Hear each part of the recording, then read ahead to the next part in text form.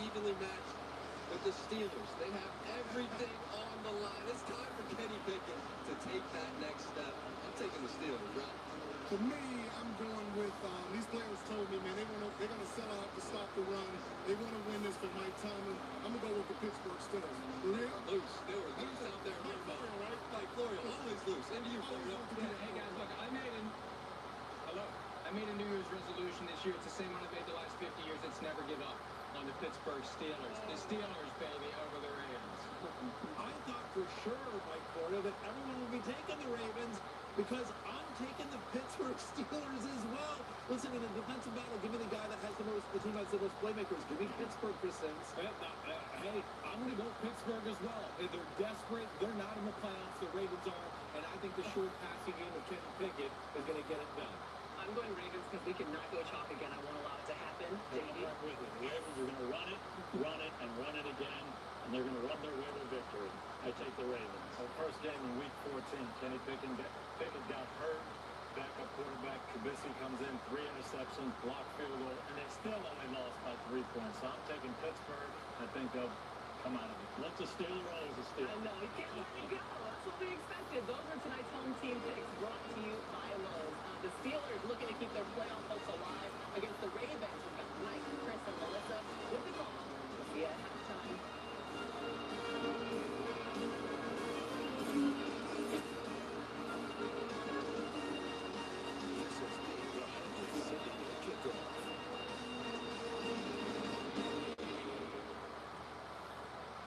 Spanish language audio provided by Telemundo Deportes. Or watch tonight's game in Spanish on Universo.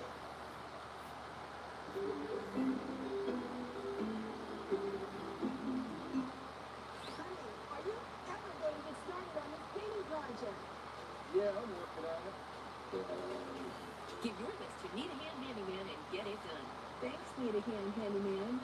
Call Keith. No job is too big or too small. I love a new car and a new game. I like to switch it up.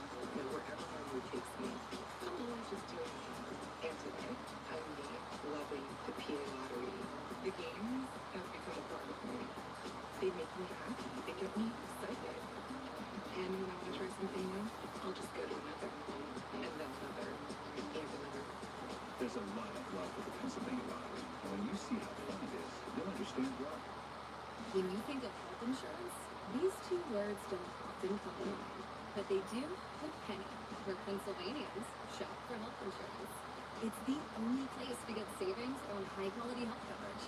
And 9 out of 10 customers qualify for lower monthly premiums. Enrolling is simple. We'll help you choose your best option. So, no matter who you are or where you live in PA, Penny gets you covered. With a Giant Eagle app, saving on groceries is simple. Browse deals in our weekly app and add digital coupons with a tap. While you stay cozy, our personal shoppers will hand-select the freshest ingredients to be delivered to your door or ready for curbside pickup. From tender hand-cut meats to quality produce and freshly baked breads, feed your family for less this winter with weekly savings in our app or at gianteagle.com/weekly app. Honey, are you ever going to get started on this painting project? Yeah, I'm working on it. Give your list to Need a Hand Handyman and get it done. Thanks, Need a Hand Handyman. Call Keith. No job is too big or too small.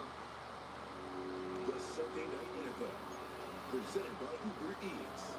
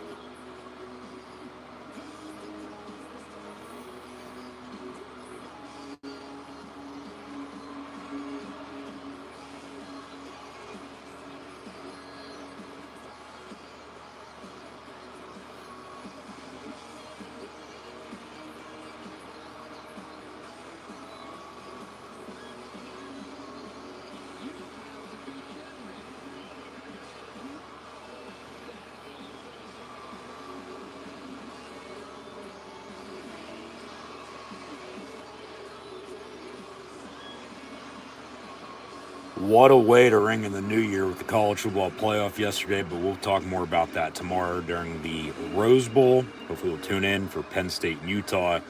But tonight, and thanks for tuning in and listening to my Sunday Night Football, Pittsburgh Steelers, Baltimore Ravens, live watch-along reactions, live right here on YouTube. As always, I'm your host, Encyclopedia Sports. Cohen Luke, 96. Pittsburgh at 7-8, needing to win out, 1, for a winning record, and 2, to make the playoffs, along with getting some help. Baltimore, they've already clinched a playoff berth. They're 10-5, but going to be without Lamar Jackson once again tonight, as he's been out for about a month or so now. Did not play when these teams met 3 weeks ago, in which Baltimore still ended up winning by 2, 16-14, because, well, Pittsburgh then, even though since the bye week they've had a running game, that game they did not. No running game, had to settle for 3 a few too many times, and then turnovers were killer. So tonight, in a smash mouth rivalry game in prime time, Steelers-Ravens, something's got to give. Pittsburgh's going to have to do the total opposite of what they didn't do. Then it's going to be one up front, line of scrimmage, offensive and defensive line. Whoever has a better running game is probably going to win this game. So Pittsburgh is going to have to run the ball, not settle for 3 if they even get that far downfield. Knock on wood, hopefully they do. Punch it in, but yeah, don't settle for 3 as many times as they've done just that. Also, since the bye week, they're coming off of a win to end the year on Christmas Eve last weekend against the Raiders. Now 7-8 is mentioned, but of course you still want to take the points while you can get them. But just overall, don't turn the ball over. Run the football and don't turn it over. Play good defense. Run on special teams when needed. Pittsburgh, as mentioned, yeah, they have to win out. Got some help again today. This game was supposed to be at 1 o'clock earlier today, but they flexed it last week to Sunday Night Football, so here we are. And on NBC with Mike Tirico and Chris Collinsworth, along with Melissa Stark. And once again, thanks for tuning in and listening to these live watch-along reactions live on YouTube. Be sure to like, follow, and subscribe on social media. Links in the description below. Thumbs up button. Share hashtag NFL, hashtag Steelers, hashtag Here We Go, hashtag Ravens, hashtag Ravens Flock, as well on social media. Chat questions and comments, super chats, super stickers, super likes, super thanks, always greatly appreciated. So yeah, these two teams met 3 weeks ago, December the 11th. Here we are, January the 1st, 2023. Happy New Year to everyone as well. Baltimore won 16-14. Then, however, Pittsburgh, they've won 4 or 5 overall, and they haven't lost in Baltimore since 2019. So now, of course, it is 2023, January 1 of the new year. So technically, you do the math, subtract 23-19, you get 4, but it's just a little over 3 years because that game was late in December of that year, a few months before COVID. So Pittsburgh's, had the Ravens number recently and all time, 32-25 in the series since Baltimore moved from Cleveland to become the Ravens. And then, of course, the Browns were brought back into the league 2 decades ago now, but that's neither here nor there. But that was the rivalry then. It was Pittsburgh and Cleveland, and then it turned into Pittsburgh and Baltimore, and then Pittsburgh and Cleveland and Pittsburgh, Cincinnati still stay rivals. Of course, they're all in the division. The Browns did win earlier today. However, they've already been eliminated from playoff contention. The Steelers, with a loss, they'll also be eliminated. So hopefully that doesn't happen by any means. As mentioned, they got to win out, 1 for a winning record. They haven't had a losing season in 20 years now, back to 0-3. Along with they need to win out and get some help, which they got once again today, but going to need more help again next week just to make the playoffs for that matter. So take care of business. We'll see how the rest gets sorted out. But Pittsburgh at 7-8, coming off of a couple back-to-back wins and once again 1-score games. I mean, that's been the season in a nutshell, win or loss for that matter. If only they had once again a few of the 1-score losses in favor of the black and gold as wins, they wouldn't be needing help right now, but that was then. This is now. They got to take care of business, and we'll see what happens. That's why the game's played, but yeah, should be a good one tonight.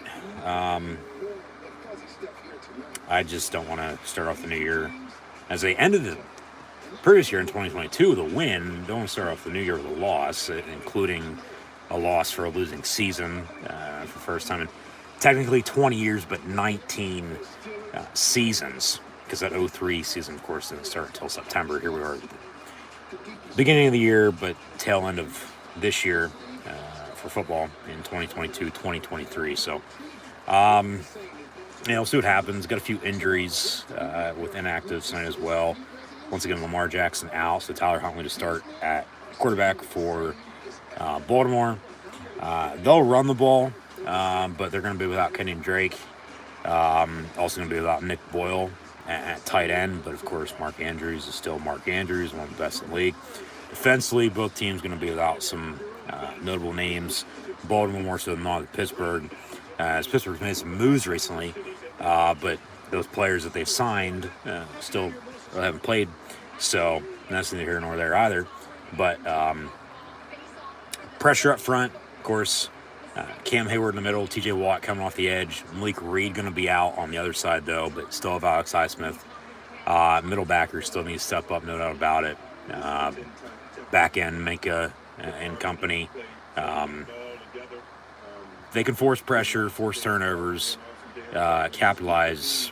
Pittsburgh, if they can run the football offensively, they should be all right tonight, I think. But Baltimore defensively is going to be without Calais Campbell up front, David Njoku in the middle, and Marcus Peters in the back end. So, of course, Pittsburgh offensively going to have to take some shots as well. But with Kenny Pickett quarterback, yeah, he's going to have to make some plays. They're going to have to run the football with Najee Harris. Jalen Warren bulldozing his way, hopefully for some positive yardage. That's the thing tonight. If Pittsburgh can run the football, along with stopping it defensively, they should come out on top with a W. Because since the bye week, when they've been able to run the ball, they beat the Saints, they beat the Colts, they beat the Falcons, they beat the Panthers, and also beat the Raiders recently. But when they couldn't run the football, they lost. And both games were at home in division against the Bengals and Ravens. So, of course, it goes back to earlier in the year, coulda, woulda, shoulda, what could have been, honestly, at this point, if they would have won the close one-score losses that they have at 7-8. But still in the thick of it, in the hunt. You got to take care of business. They're going to get the ball to begin the game. So Baltimore on to kick off. And, Steven Sims at receiver, truly the number overall third receiver behind Deontay Johnson and George Pickens. But Freiermuth, honestly, at times is the number one go-to target for Kenny Pickett. So just get, playmakers ball in space, get some touches. Get Najee involved in the pass game, I think, out of the backfield too. But they touchback and 1st and 10 from the 25 to begin the game. And we'll held a pit for KP and the 8 ball, even though we are Penn State in blue and white in action tomorrow against Utah in the 109th Rose Bowl. And as mentioned, hopefully tune in to watch those live watch interactions over on YouTube. And now less than 24 hours.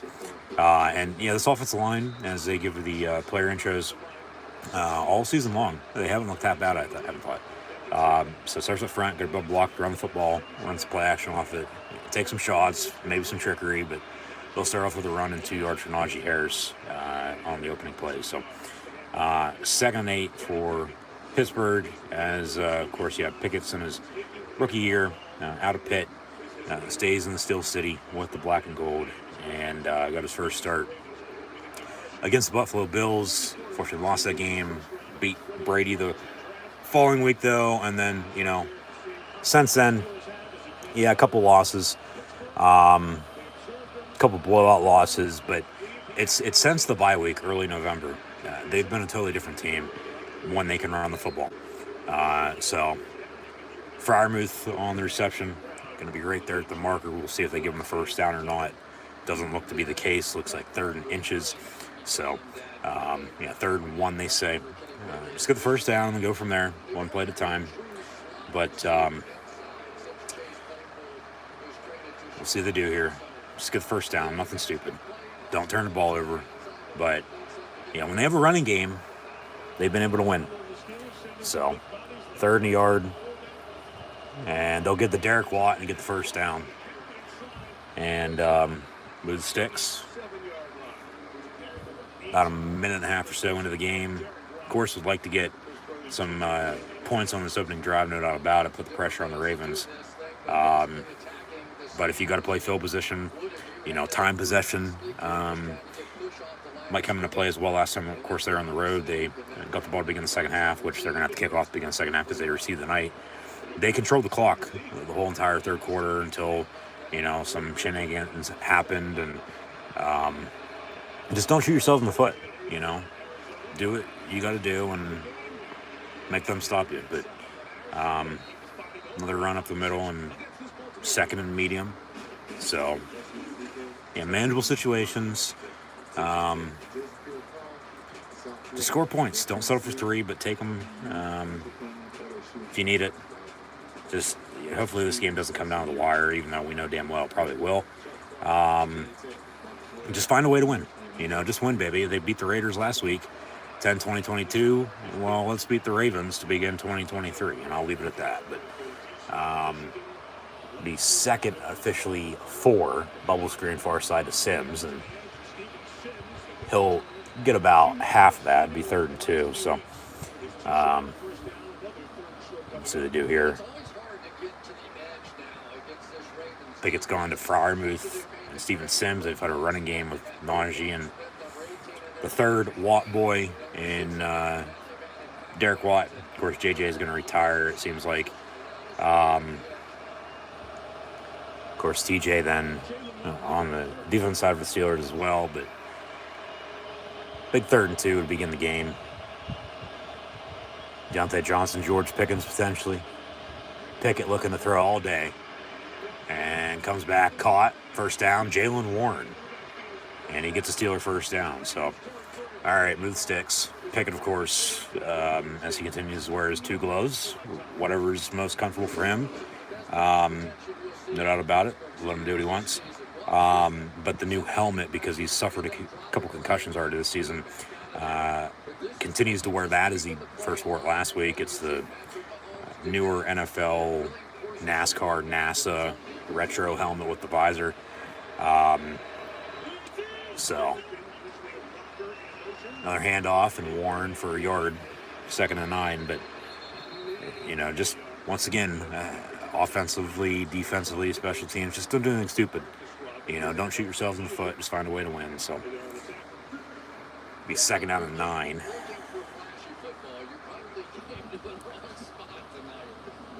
Yeah, it's going to be ground and pound. It's going to be, nasty. The tough get rough on Sunday night, as they say. It's a top-notch rivalry in the sport. So 2nd and 9 from the 44-yard line. They're on an end around. And Jalen Warren down the near sideline and still on his feet and going to be brought down inside the 10-yard line, it looks like, at the 5. So they'll 1st and goal, and hopefully now they can punch this sucker in. Big play by Jalen Warren. Lined up in the slot, top of your screen, and then that's a first. They give him the ball on an end around. They're normally giving the end around to a receiver. Undrafted rookie free agent out of Oklahoma State, bulldozing his way down the near sideline, and we'll see where they mark him out. But okay, 1st and 10, Pittsburgh at the 13-yard line, and they'll run up the middle again with Najee Harris. So double deuce, rocking it, rock the Naj, and be 2nd and 6 maybe, 2nd and 7.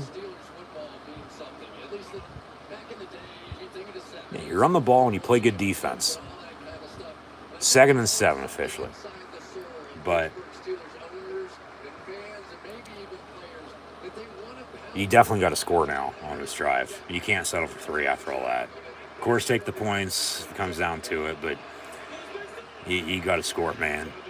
Hand off to Najee again up the middle, be 3rd and a yard.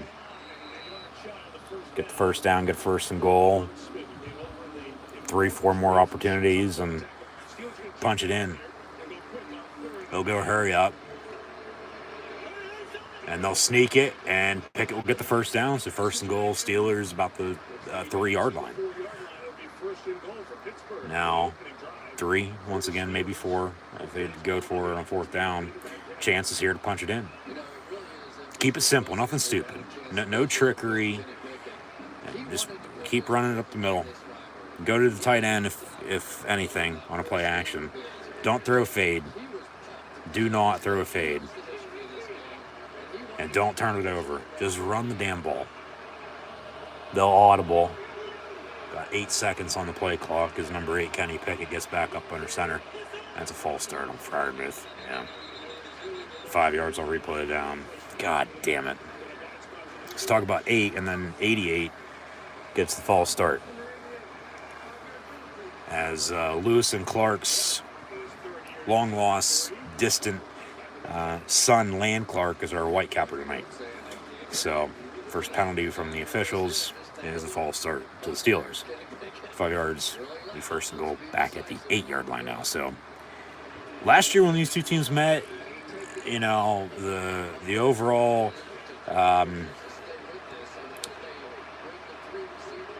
so they got a first and goal officially at the 7. Out of the gun, trips top of your screen in a bunch.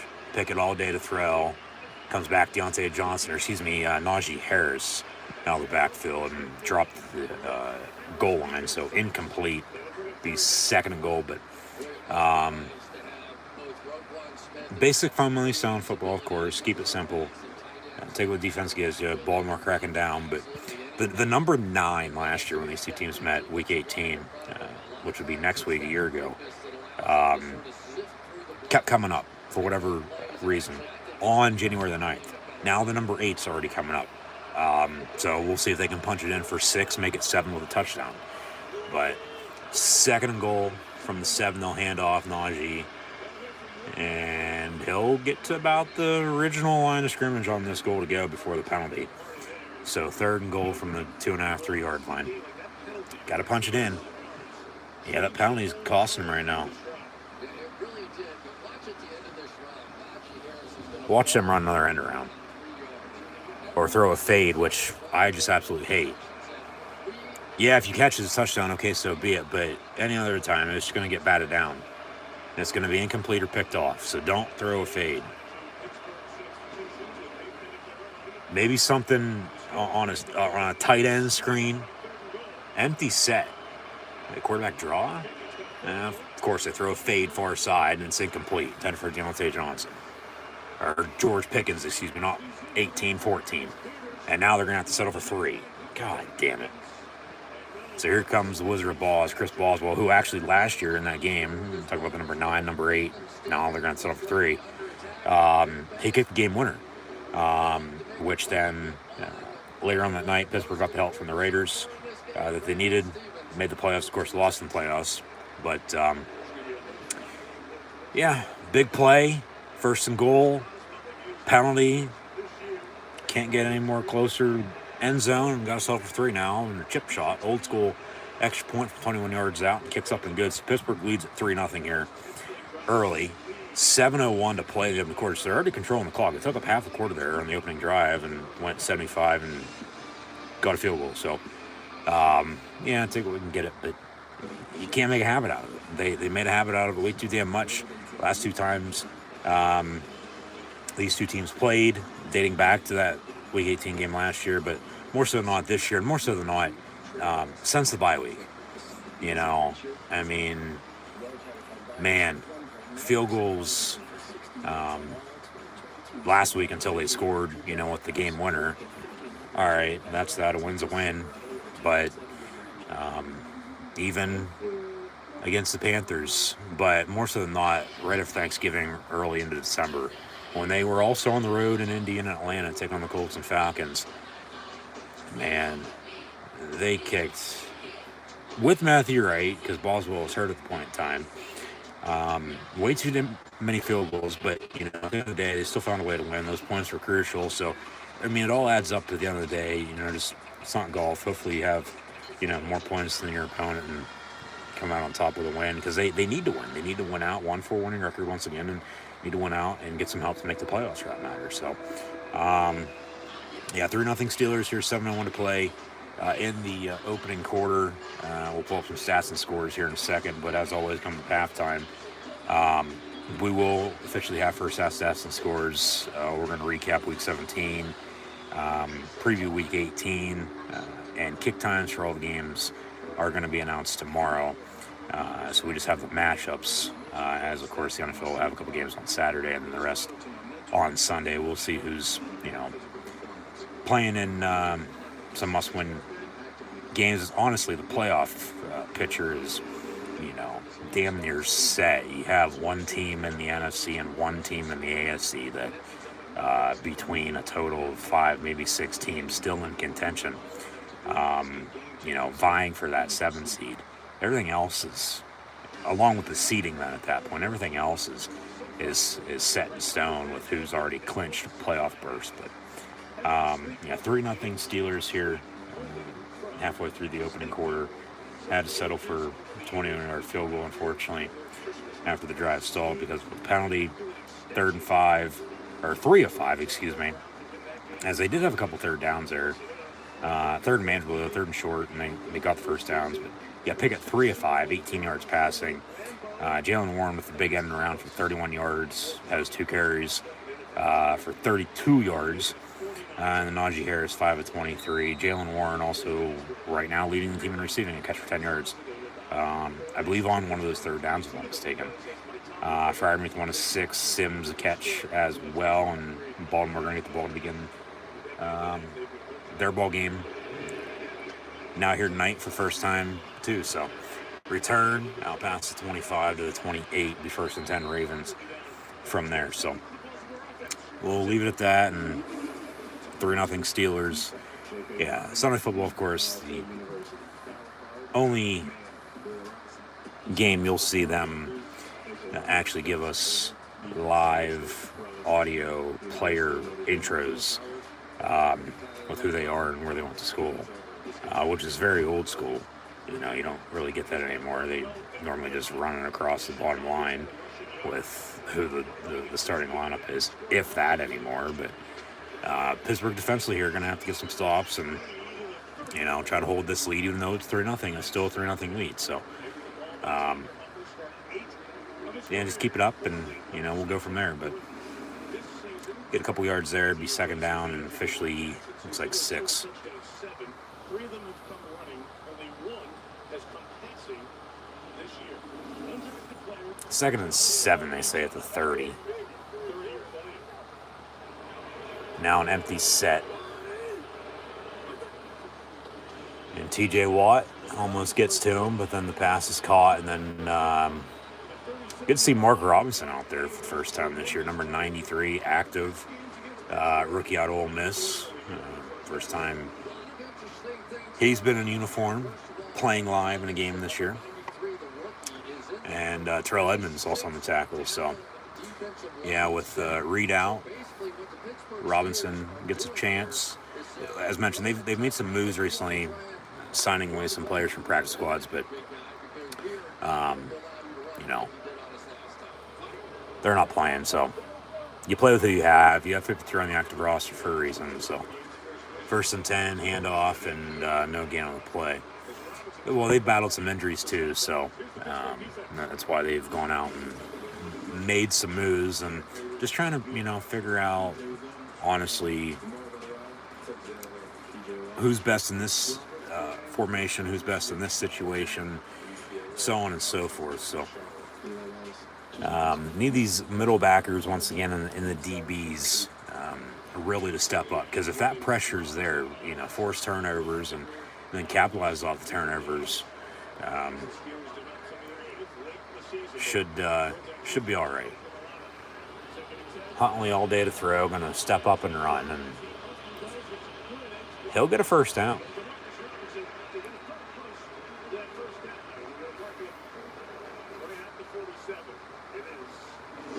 Yeah, that's a first down. So, fake the give out of the gun to Gus Edwards. pump fake to him, pump fake to another receiver, but nobody there. And then Larry Obi-Wan Kenobi Obanjobi chases him down before getting pushed out by Levi Wallace as he was getting blocked by a receiver downfield. So, yeah, right there at the marker. Should be enough for first down. And they'll say 3rd and inches? No. It's 1st and 10. They'll hand off. And OHIO and Go Blue. A couple tough losses yesterday for the Big Ten, but J.K. Dobbins, former Buckeye, on the carry. Got a few former Wolverines and Buckeyes in this matchup tonight. But we are Penn State, and the Lions in action tomorrow in the Rose Bowl against the Utes from Salt Lake City. So once again, be sure to tune in for those live watch-along interactions at 5 o'clock Eastern Time, 2 p.m. Pacific. No gain on the play on the give, 2nd and 10.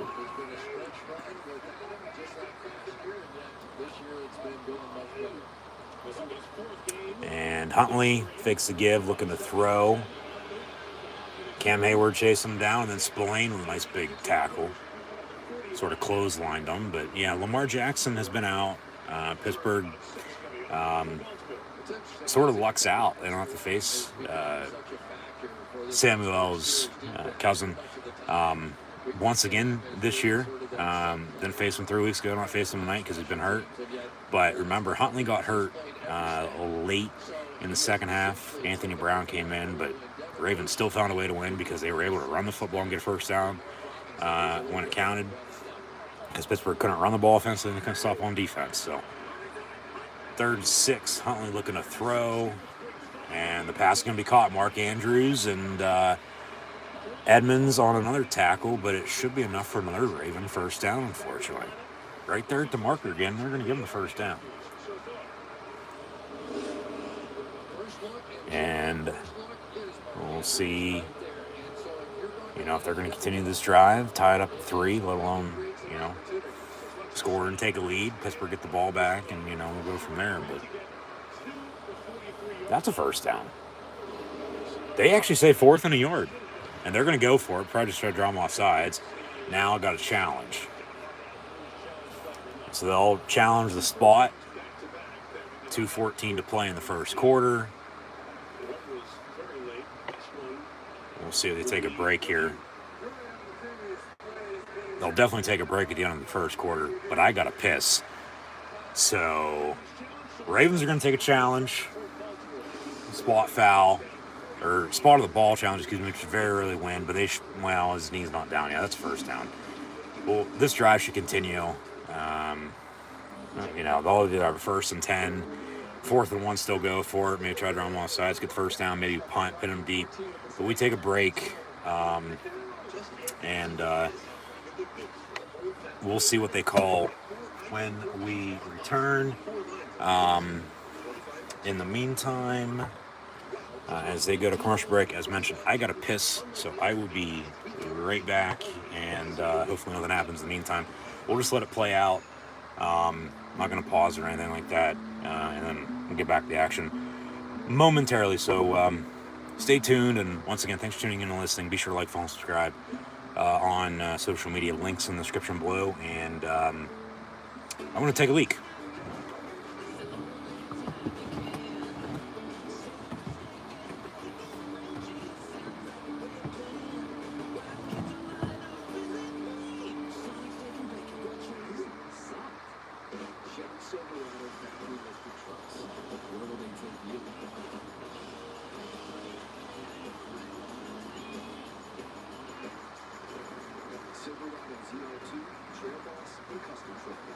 Because adventure is everything. Well-qualified buyers get 1.9% financing for 60 months on all 2022 Silverado 1500 Crew Cab pickups, or get 1,500 total cash allowance on this Silverado with a 2.7-liter engine.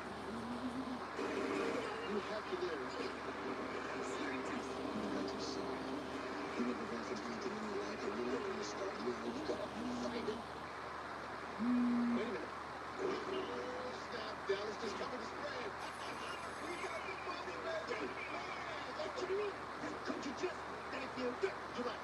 Hold on. Where was it? Right there. It's fine. Sorry.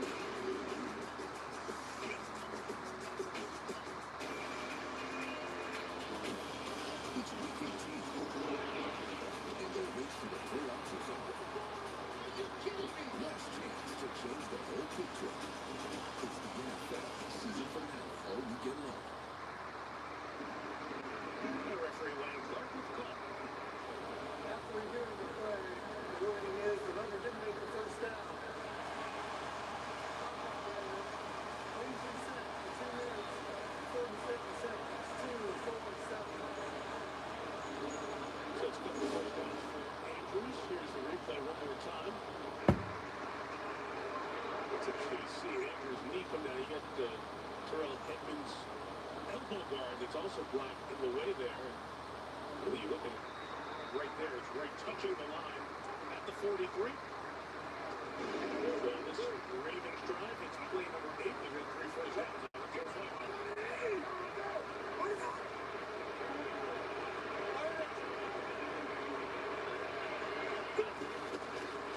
Clock's under center, and this is Edmonds straight out to the left. They won't get there. Cameron Sutton on the edge to Marvin Leal. The rookie third-round pick out of Texas A&M. On the stop. Let's take one look here at Patrick Ricard, number 42, who's the fullback of this football team. And generally, if you follow him, you will find the ball carrier. All right, I'm back. Hey, when you got to go, you got to go. Had to piss like a racehorse. Also dropped the Cosbys off the pole. So flushed away. Bills return to comedy touring in the new year. Happy New Year to everyone once again in the meantime.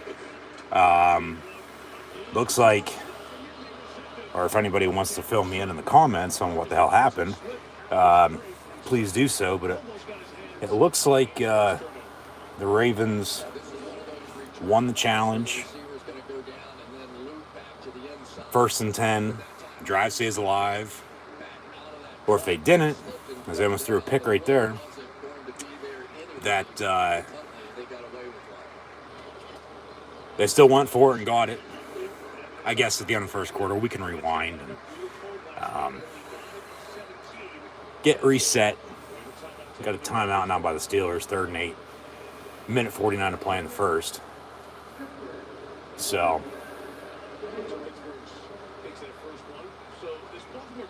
all right, we 3rd down, and let's see what they do here, but no, normally pretty good at holding it if I have to, but must have drank too much this weekend, and along with today, for that matter, to get rehydrated for the new year. And and that's not a good sign. James Pierre injured, walks off. Steelers call timeout. Still 2 left. Ravens still with all 3, so I'd expect, if they won that challenge, right, the thumbs up button if so. Keep their 3 timeouts, keep their 2 challenges. They get them the first down. Drive stays alive, but 3rd and 8 here a couple plays later. So 3rd and 8 from the 41, empty set again. And pass caught, another first down for the Ravens. So Minka Fitzpatrick on the tackle. They'll move the sticks. Yeah, we'll rewind to that spot. I probably should have paused it, but oh well. We move on. Drive stays alive anyway. Hopefully they don't take a lead. Hopefully they just tie it up if they get anything out of this drive. Hopefully it's nothing. Miss a field goal, or let alone go for it and don't get it. But of course Justin Tucker's their kicker.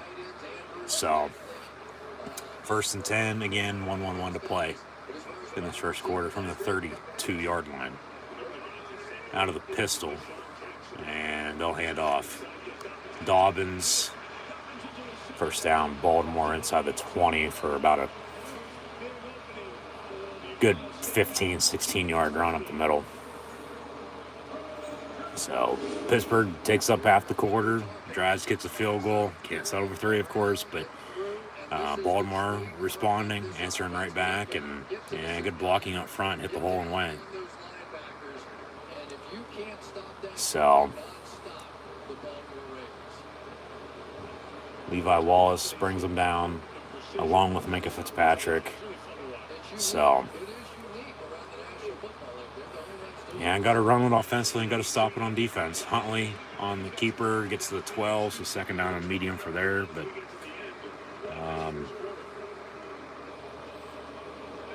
That should do it for the first quarter. So they'll switch ends, go the other side, and at the end of one, Pittsburgh 3, Baltimore nothing. Ravens going to have a second down, though, to begin the quarter. Knocking on the door in the red zone, looking to tie this game up, let alone take a lead. And, well, hell, we're going to have to wait, I guess, because of that break with the challenge just prior to the end of the quarter. They're going to stick with it now at the end of the first. So we're still going to rewind and see officially what the outcome of that was, whether it was still a 4th and 1 after the challenge. Doesn't seem to be the case, though, because they have 3 timeouts.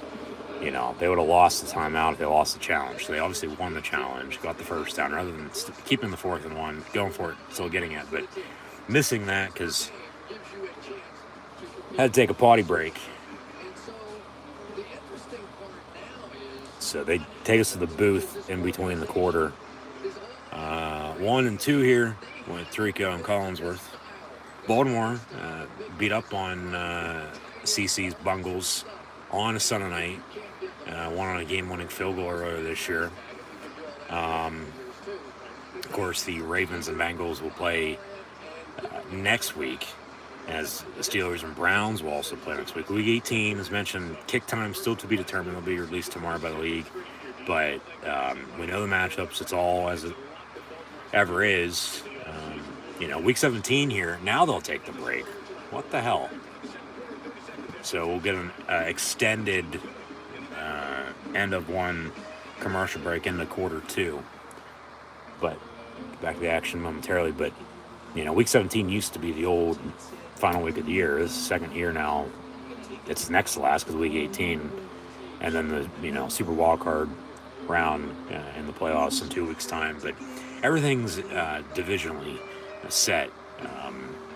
Matchups with, AFC North, so on and so forth, with all the 8 divisions and the 32 teams in the league. So, but like I said, for the playoff picture, everything's set.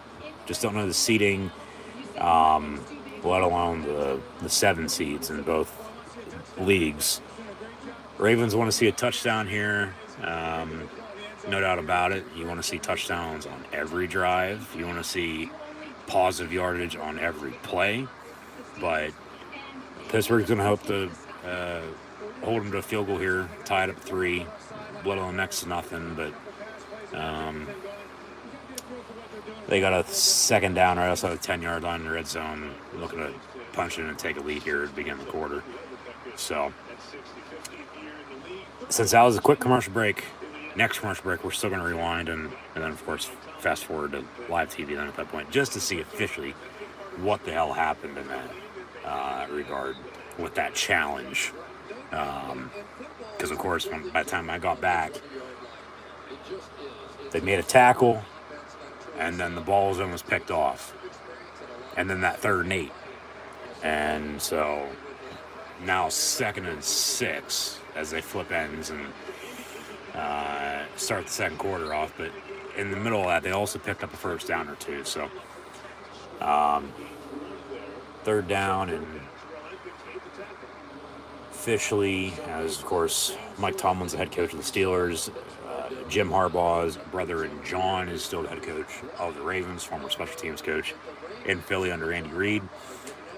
Beat his brother in the Super Bowl back in 47, a decade ago now. Super Bowl 57, a month and a week or so away. But Greg Roman, who was under Jim in San Fran as the offense coordinator with Colin Kaepernick as his quarterback, he's got Lamar Jackson in Baltimore, who they drafted to succeed Joe Flacco, but inactive tonight. Huntley gets the start. That pass incomplete, 4th down and 5, and Pittsburgh defense holds. They'll force a kick, and probably going to 3-3 game here early. Honestly, it might be what defense bends doesn't break. Might be whoever has the ball last, to be honest with you, on who wins this game. And they're probably wanting to PI or a defense hold on that. Arthur Millette, 35. But good no call. And the snap will be held by former Nick Line punter Jordan Stout, and Hookem. Justin Tucker's kick up and good. 3-3, 14:09. Take away that one. Got a 4:09 for the Rose Bowl tomorrow, but about a minute into the second quarter, we're tied at 3 on Sunday Football, the Steelers and Ravens. And as Kenny Pickett and the Steelers will get the ball back here, as mentioned, 3-5, 18 yards on the opening drive. Jalen Warren and Najee Harris have 32 and 23 yards rushing apiece, but as the Ravens drive stalls also in the red zone, have to settle for 3. Take the points while you can get it, but just don't make a habit out of it. 3-3, Tyler Huntley, once again in absence of Lamar Jackson, who's now been out 4 straight games. The Steeler-Raven game 3 weeks ago was the first game he missed. He got hurt the week prior to begin December, so he's been out for about a month now. But Baltimore, they've already clinched the playoff berth. They're just hoping he comes back in time for the postseason. But they're 10-5. It's just, as mentioned with the matchups next week, Pittsburgh plays Cleveland. Won't mean much if the Steelers lose tonight because the Browns season's already over. Game will probably be at 1 o'clock then at that point. But if the Steelers win tonight, I could see it still being at 1 next Sunday, let alone one of those 2 games Saturday potentially. But they're going to even it out, with games at 1 and 4. We'll have doubleheaders, and then, the game for Sunday Football 272 next Sunday night will, of course, have the game that means the most with a playoff scenario. But Ravens-Bengals next week very well could be for the division, depending on what happens tonight and tomorrow night, because the Bengals host the Bills tomorrow night on Monday Night Football. But we'll get to a Week 17 recap and Week 18 preview at halftime with first half stats and scores. But right now, we're tied at 3, a minute into the second quarter. And on that opening drive as well, just as Kenny Pickett was 3 of 5 for 18 yards passing, Tyler Huntley was also 3 of 5 for 22 yards passing. Dobbins 4 yards a carry on his 5 carries for 20 yards. Huntley 3 of 18 as well. And then Mark Andrews 2 catches, 13 yards, and that first down. At this point, what's the sense of even rewinding it to see if they won that challenge? Because they did. Keep your 2 challenges and timeouts, and drives his live. They kick a field goal, tie it up at 3, and Pittsburgh going to have a touchback. So 1st and 10 from the 25-yard line. But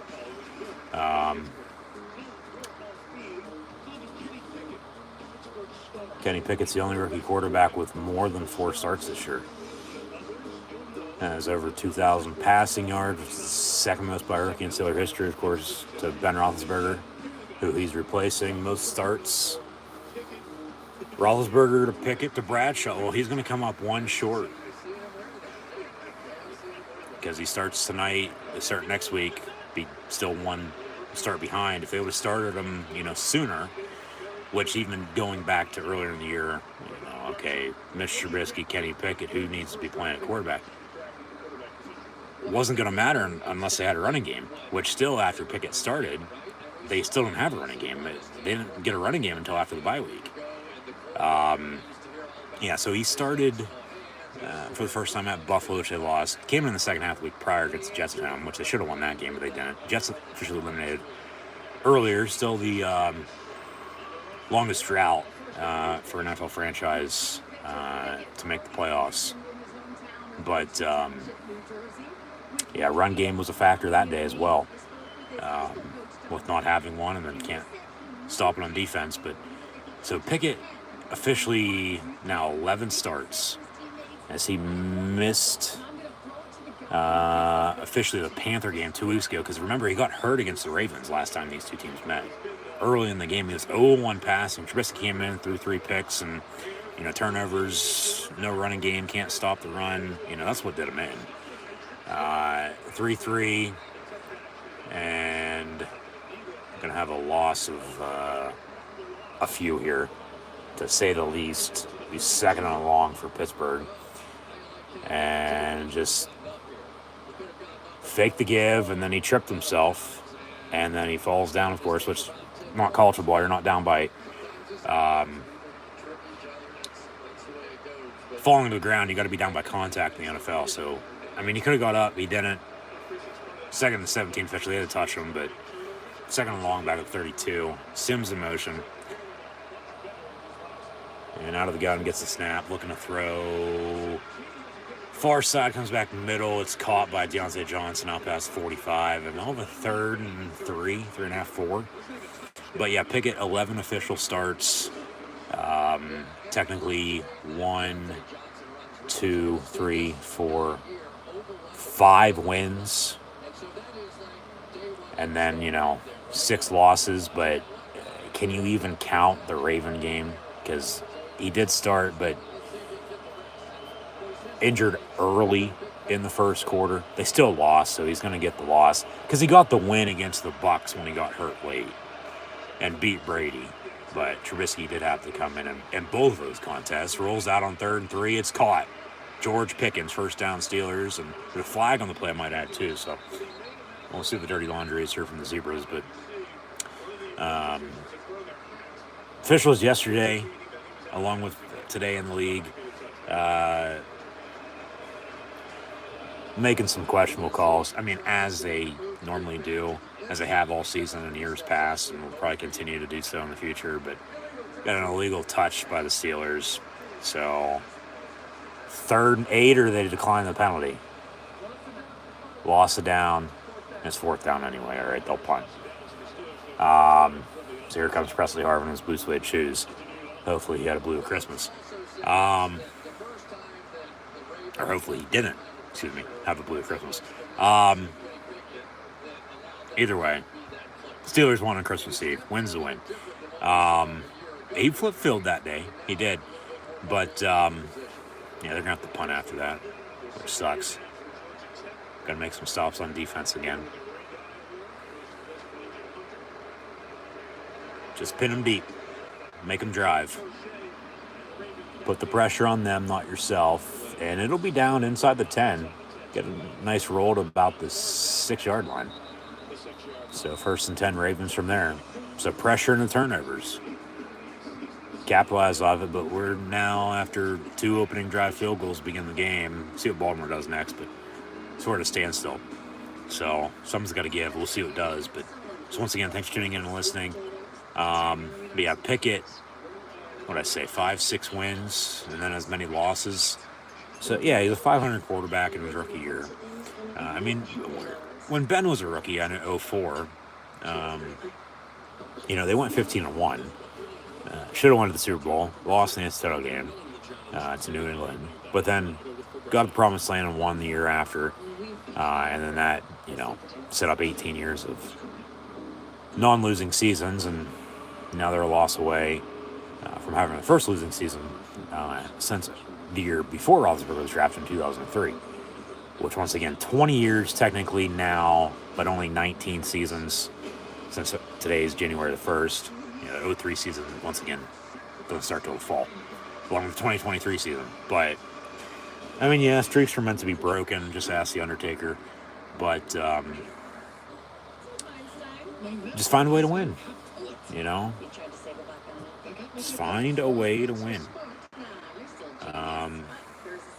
And like I said recently, honestly, at this point, the help's working out in their favor. We'll see what next week holds, but still got a lot of ball left to play tonight. Take care of business first off, and then the rest will sort itself out. As always, but honestly, I'd rather take a winning record over a playoff appearance. But if you get both, okay, so be it. They're probably going to lose in the playoffs anyway. But if you get the winning record, if you make the playoffs, okay, there's that. Probably still lose, but if you get the winning record and don't make the playoffs, well, okay, at least you still have the winning record then at that point. You're still going to win out. But then, well, if you don't have a winning record, you're definitely not going to the playoffs, so that's neither here nor there. That's just a cancellation of both. As, oh shit. Remember back in the preseason, the Raven mascot tore his ACL in a mascot game at halftime against kids? Well, he's back now. Poe, the Raven mascot. So, quote the Raven. That was a quick recovery. I mean, ACLs are 6 to 9 months. So, I guess do the math. All right. On track. He's back. But, yeah. I guess 2022 had a few, maybe too many at times, but, for the sake of humanity, for a joke, for comedy, needing more of that in the next year and years to come. Yeah, they had, and it's normally at halftime, whether that be in the preseason, sometimes regular season, it just depends on where you're at. But those damn mascot games against the kids, the local Pee Wee Little League team. But yeah, he got hurt. That'd be like, almost blowing your knee out in a backyard football game. But 2nd and 10, Huntley rolling out and dumps it off. And Deshaun Jackson will be 3rd and a yard, under 10 to play in the first half here. But shit happens, I guess. But no, get a stop. Get a stop. There's been talk, Matt Canada's probably going to get canned and talk about long overdue. Terrell Austin, the Steelers DC too, could, with especially Brian Flores is just a linebackers coach and a senior associate to Mike Tomlin as the head coach, unless he would leave and get a defense coordinator job elsewhere, let alone head coaching opportunities. The coaching carousel is about to spin. Yeah, I'm not going to be shocked if the Steelers have new coordinators again next year. They do make a stop defensively there. I mean, they have the players. It's just at times they, with execution, can't scheme up for whatever reason a good running game or a good passing attack or just, making stops defensively. And they got to rely on special teams way too damn much because they rely on this defense way too damn much, I might add. But they do force a punt. So, yeah, as mentioned, at a standstill. 2 opening drive field goals and now 2 back-to-back punts by both teams. And we're tied at 3 with 8:46 to play in the half and got another penalty on the play. So, we'll see what happens here. But probably going to back them up. Probably a hold, 10 yards from the end of the run, half the distance potentially.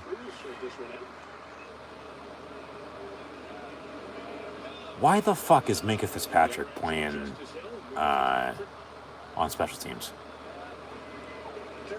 They're in the kick on the return, holding on the Steelers. Yeah, why the hell is Minka on special teams? I mean, they're banged up, but they're not that banged up. Well, all right, whatever.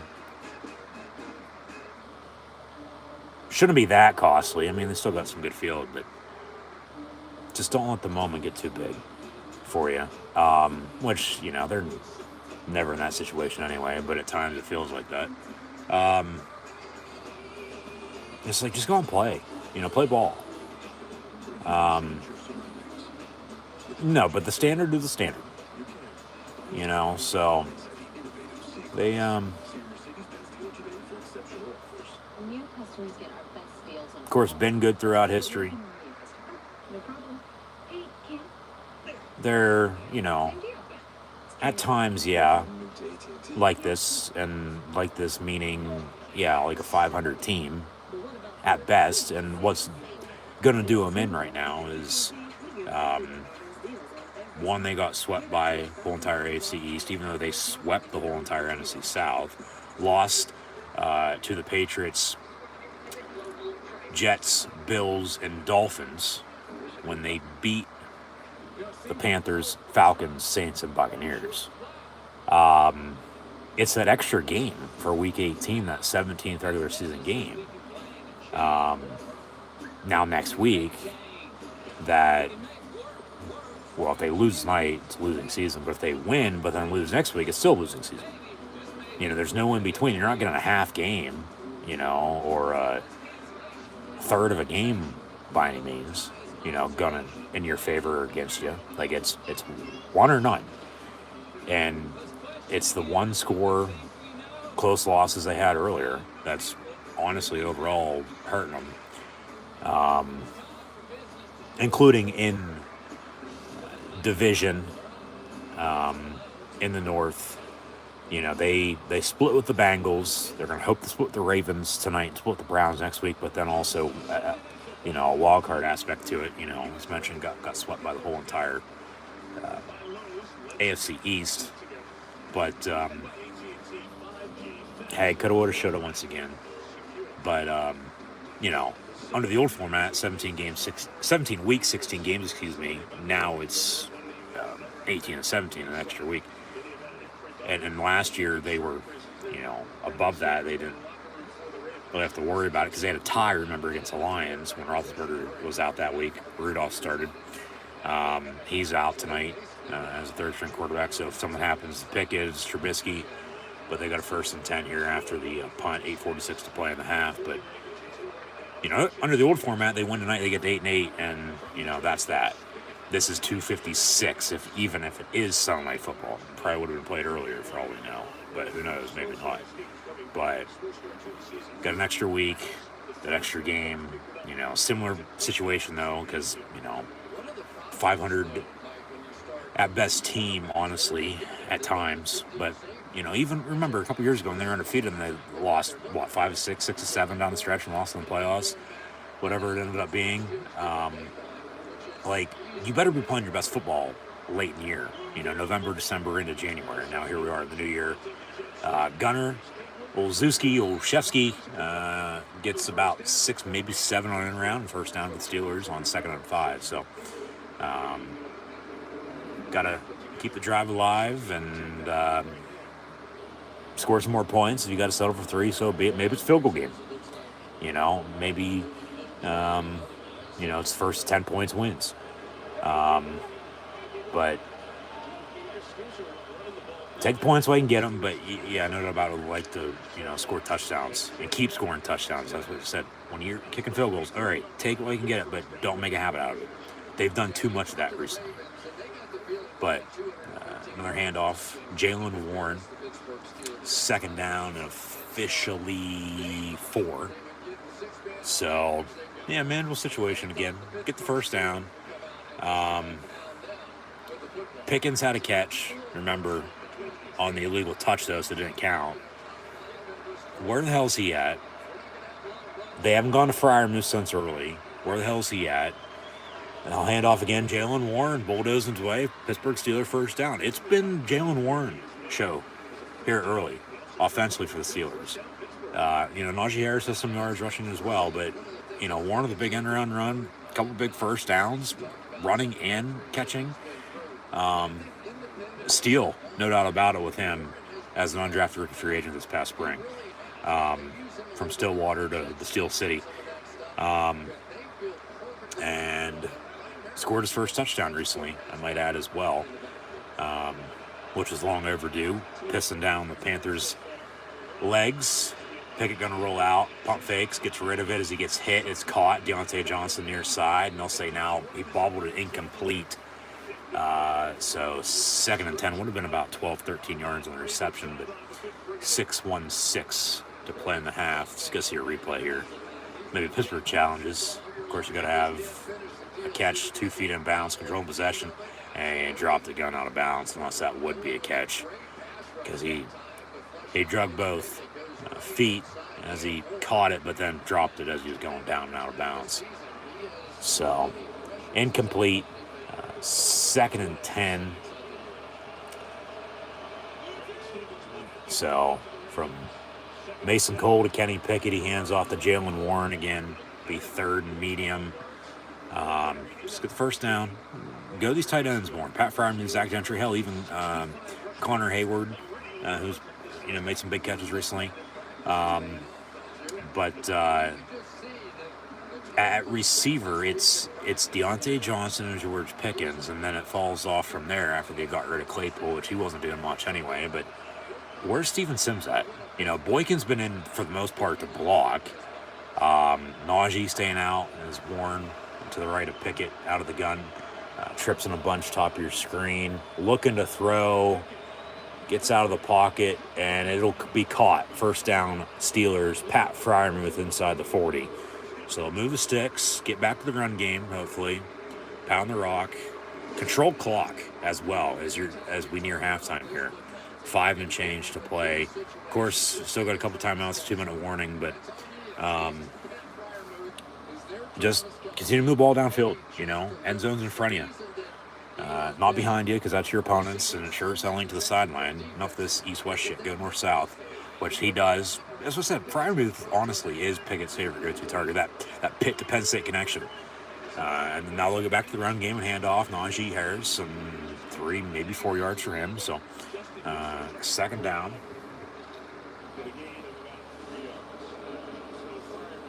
But tight ends with 60-plus catches in first 2 seasons in NFL history. Fryermuth joins Keith Jackson from 88 and 89. Must be a Pennsylvania thing. From the Eagles to the Steelers, and right here in Happy Valley in central Pennsylvania. Penn State National tomorrow in the Rose Bowl taking on Utah. And Fryermuth, former Nittany Lion, I might add, as now another former Big Tenor from Michigan, former quarterback and Zach Gentry at tight end in motion, handoff to Najee Harris.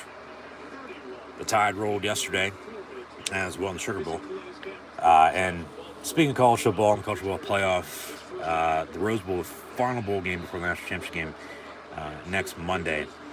We're going to get into a full recap of what's happening this bowl season tomorrow, so stay tuned for that. But as mentioned earlier, tonight, got a big Sunday night game in the AFC North with the Steelers and Ravens, and we're tied at 3 with 3:43 to play on 3rd and 3 from the 30 for the Steelers.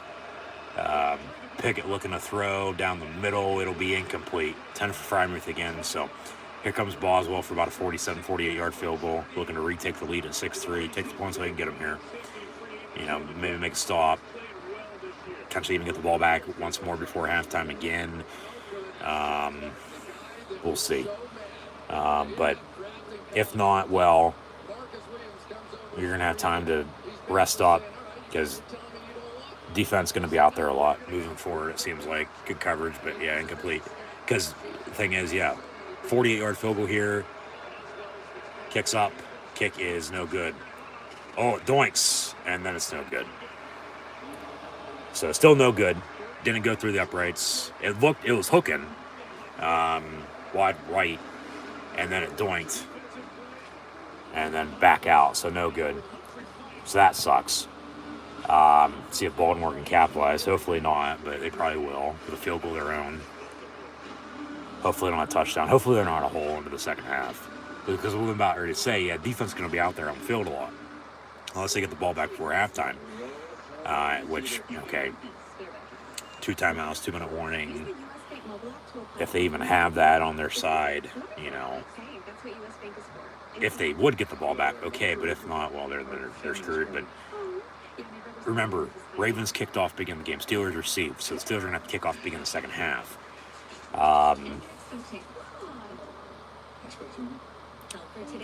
Baltimore could do some damage right now. And you get a 2-for-1 double up. Hope to hold them to next to nothing. If you have a field goal or 2, still 1-score game. Just don't give up 2 touchdowns. Or hell, anywhere in between. You got to keep it within reach. You got to still be in it. Or at least hope to be in it late. It does feel like this game's going to come out of the wire, but what's new? It's a Steeler game. So, leave it at that. And get back to the action shortly. Missed doinked off the right upright. No good on the 48-yard field goal for the Steelers. Baltimore would take over about 35-yard line or so, I'd say. First and 10, 3 timeouts, 2-minute warning, and going to look to take their first lead. And then, as mentioned, they'll get the ball to begin the second half. So how much clock do they control? Score, hope to score again early third quarter, and then, pressure's on Pittsburgh when, all right, back to the beginning of the game, they drove, kicked the field goal. Baltimore did as well, but then both teams punted, missed field goal there. Baltimore getting the ball back. So really, honestly, not a lot to show for, time in their favor, but it might not be late. They're going to have to get some stops defensively. They have to get a turnover or two. There's really no in between. So, yeah.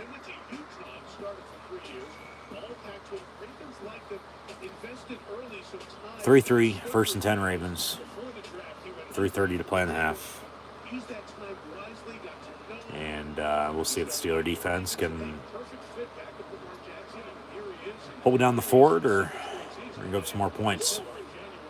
Yeah, so from the 38-yard line officially, first and 10. But now false start, first and 15, back at the 33 for Baltimore. So, yeah, still be first down here. Just can't have that happen for anybody, Like, you should know better.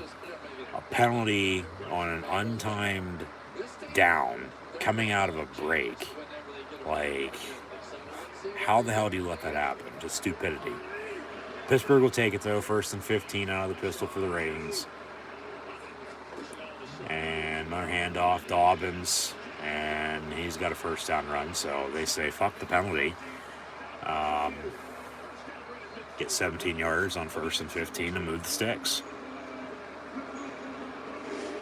Got to stop the run, man. And it all starts up front with a block, yeah. Maybe a little bit of a block in the back. But they're not going to call that, especially at the line of scrimmage, unless it's a hold. It's not a return or anything like that. So, that just is what it is. You got to make a play on it, which they didn't. So, first 10 now, Ravens from midfield, handoff, and maybe 4, maybe 5 yards. The second down. Yeah, that's what I said earlier. With as deep as this rivalry is, you can throw everything out the window because you know what you're going to get. So they say 2nd and 5 at the 45. And they'll hand off again, Dobbins, but they'll, oh my God, missed tackle after missed tackle. Should have brought him down the line of scrimmage if they give him a first down. Son of a bitch. 6-yard run. And, yeah, with 2 minutes to play, we're still tied at 3, but Baltimore driving, looking to take a lead into halftime, then also get the ball to begin the second half. So, right now, not looking good for Pittsburgh. Got to make a stop or two, man. Got to stop the run, because they're not going to throw unless they absolutely have to. Because why would you, get away from the running game if you have a running game? It makes no sense. Run it until they stop you, which they should have stopped him there. But I don't know how he was able to break out of that. They had him wrapped up at the line of scrimmage and somehow broke through. And, you got to give him credit, but they get the first down. So 2 minutes to play in the half, 3-3. And I'll leave it at that. Force field goal if you can, man. If not, well, you're going to be down a touchdown. Hopefully you're not down 2 touchdowns. It might be 2 scores, though, early third quarter. If they give up a kick, then they're down 10, 13-3. I just don't want to see 17-3 right now. And not unless it's in favor of the Steelers, of course. Then they got some breathing room. You don't want to, be in a hole. You don't. You don't want to, have the pressure on yourself to, okay, what are they going to do? Which probably, at this point, with what we've seen tonight, going to be nothing, honestly. Because that's how it normally is. So, yeah, just we'll see what happens. Got to make some stops. It's T.J. Watt, of course, Cam Hayward, and Minka Fitzpatrick's defense, and overall team, to be honest with you, because, I mean, once again, they're relying on this defense way too damn much, but the Steelers are built on running the football and playing a damn good defense, bringing the steel curtain down. And with Kenny Pickett at quarterback now, okay, in his rookie year, Najee not having a good second year compared to his rookie year last year by any means, but Jalen Warren, playing pretty damn good. So there's that, but Freiermuth at times, once again, is the best receiver between the receivers and the tight ends, for that matter, but truly is the number 3 overall receiver behind Deontay Johnson and George Pickens, even though Steven Sims is technically the number 3 overall wide receiver. Offensive line, not bad, but it's TJ Watt's team. With Roethlisberger now retired, they need more pressure. These middle backers, man. Miles Jack, Devin Bush, Robert Spillane playing pretty damn good again, but need some stops by Highsmith as well.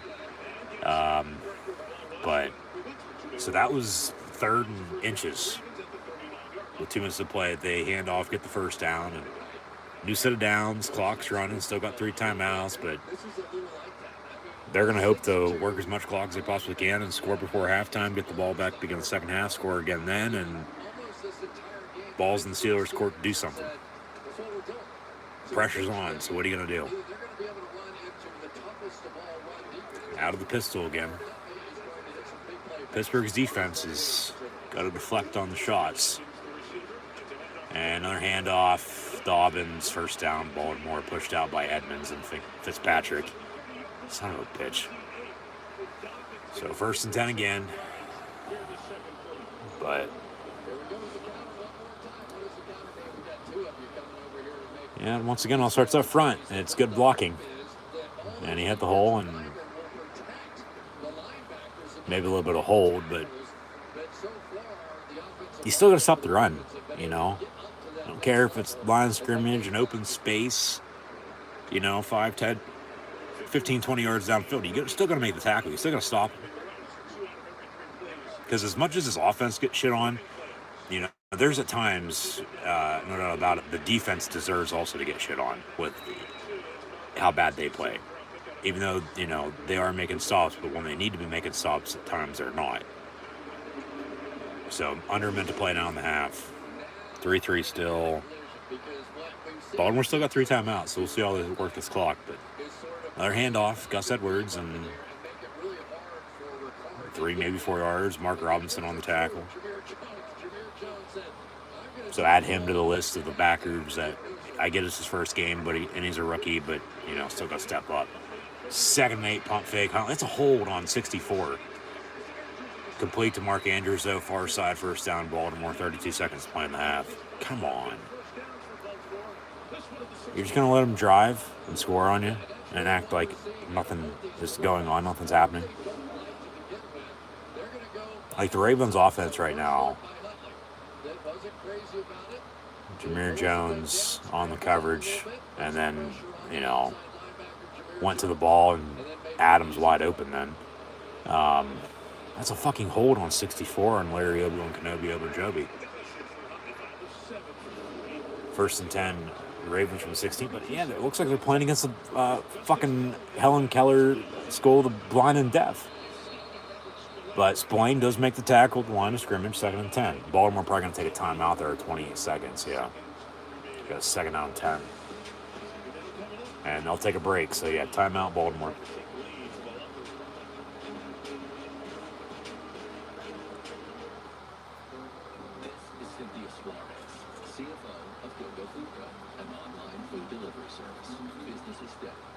Until go check it out. Overnight, users tripled, which meant hiring 20 new employees and buying 20 new laptops. So she used her American Express business card, which gives her more membership rewards points on her business purchases. Somebody order some laptops. Cynthia Suarez, CFO, MVP. Get the card built for business by American Express. Verizon is the network America relies on. Trailing the Buccaneers 17-3 at halftime, the Bengals relied on quarterback Joe Burrow and their offense to lead a comeback. With touchdown catches by receiver T. Higgins and tight end Mitchell Wilcox, they rallied to score 31 points in the second half, earning the win and improving their position in the AFC playoff race. This recap brought to you by Verizon, the network you want, the savings that last. You would think Pizza Hut isn't pizza at all. It's cheesy, so crispy, loaded with toppings, and just $6.99. Enough for two, price for one. New Pizza Hut numbers, just $6.99. Life's kind of unpredictable. Like when your groceries arrive, the moment you remember everything you forgot. Or when your kid says, "The big small school meal. Tomorrow. Or when you discover Aunt Kubu is cleaning up the track. Yeah. Or when you could go to the store, but you also know what the dog have for lunches and, oh yeah, take the kids to school. You have children. For anything today brings, fresh groceries and more. Free same-day delivery. Walmart Plus.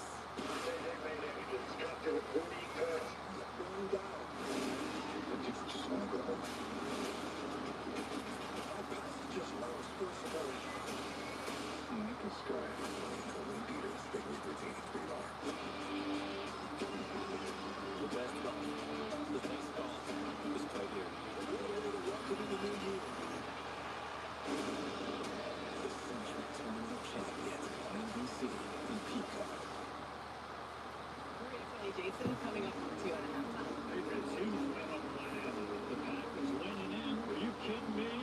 Kidding. Mike, back to you. No, absolutely not. As the playoff picture shrinks significantly, you see the So after the commercial break, the Raven timeout, 28 seconds. They got a second down here in field goal range, so they'll probably get a 3 points and lead at halftime. Get the ball back, begin the second half, but they also could score here and take a touchdown lead into halftime as well. But the 2nd and 10 at the 16, they run a screen and a nice tackle by Spillane, wrapping him up right away. Mika there helped him out. So Ravens going to take another timeout, 22 seconds. So 6-second play, which is about average.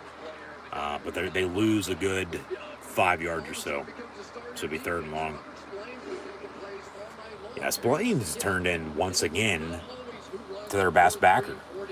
Remember when Devin Bush went down against the Browns 2 years ago, mid-October? He really stepped up later on in the year, including against Baltimore, I might add.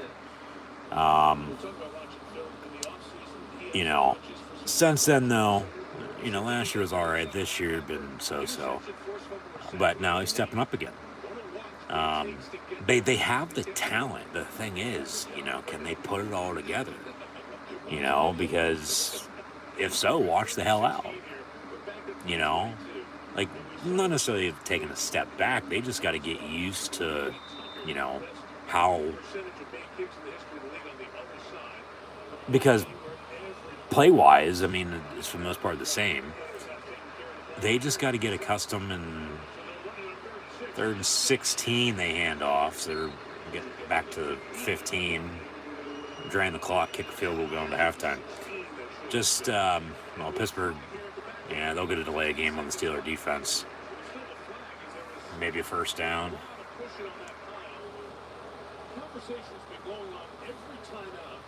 Which, yeah, you don't want the opponent to get up, especially in a time crunch here.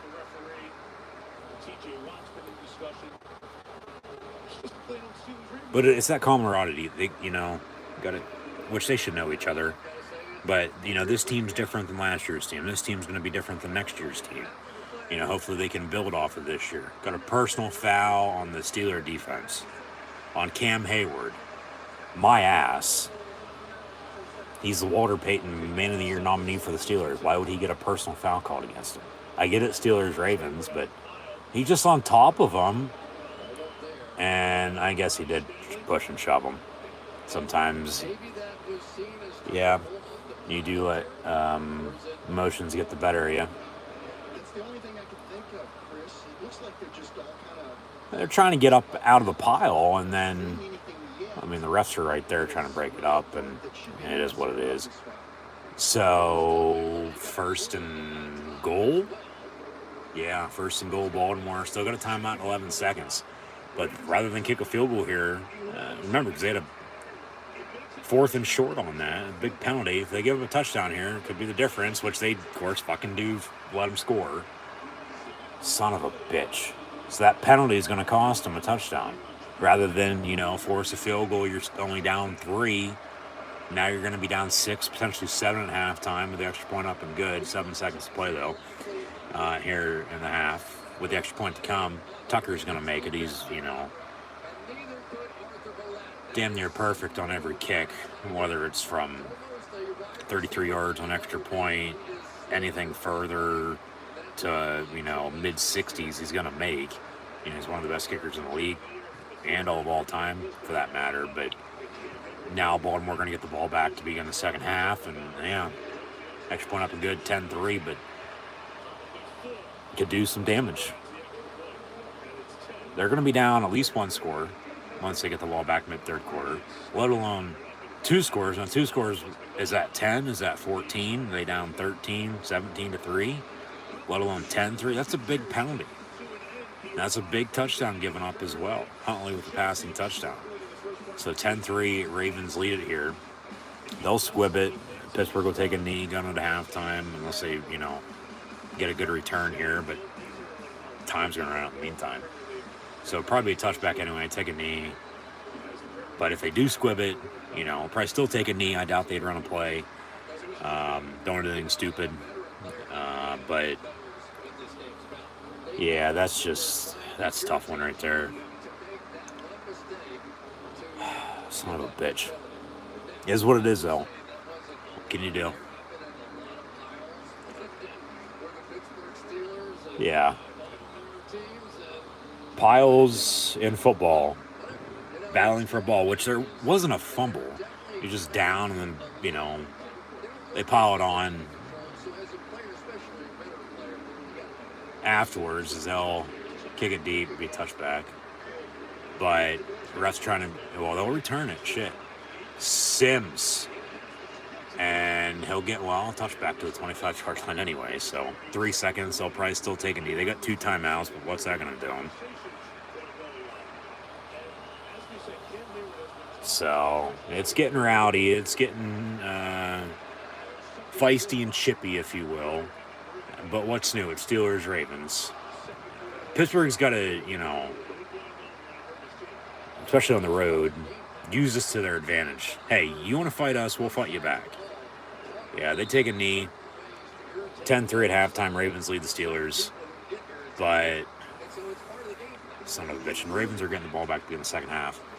So we'll see what the damage is once they do officially get the ball back. Mid-third quarter. Time possession is going to be key, along with the run game this second half. They're going to have to stop the run, get the ball back off some turnovers, hopefully. But, 10-3 at halftime. But no, the pile they got all piled up. And, not a damn good thing happens in those. You're poking and prodding and saying shit. And if you get the ball, you get the ball. If you don't, you don't. But at least you showed the fight, which, he knows better in that regard. But still, man, that was a shitty penalty against the refs. Like, any other time, they're not throwing that. I get he did, push them back, and that's who they always get, is whoever retaliates. They're never getting the first person, and that's for anything. But there's always 2 sides to the story. So I'll leave it at that. But, yeah, Pittsburgh here at halftime. They trail 10-3 at the Baltimore Ravens on Sunday Football.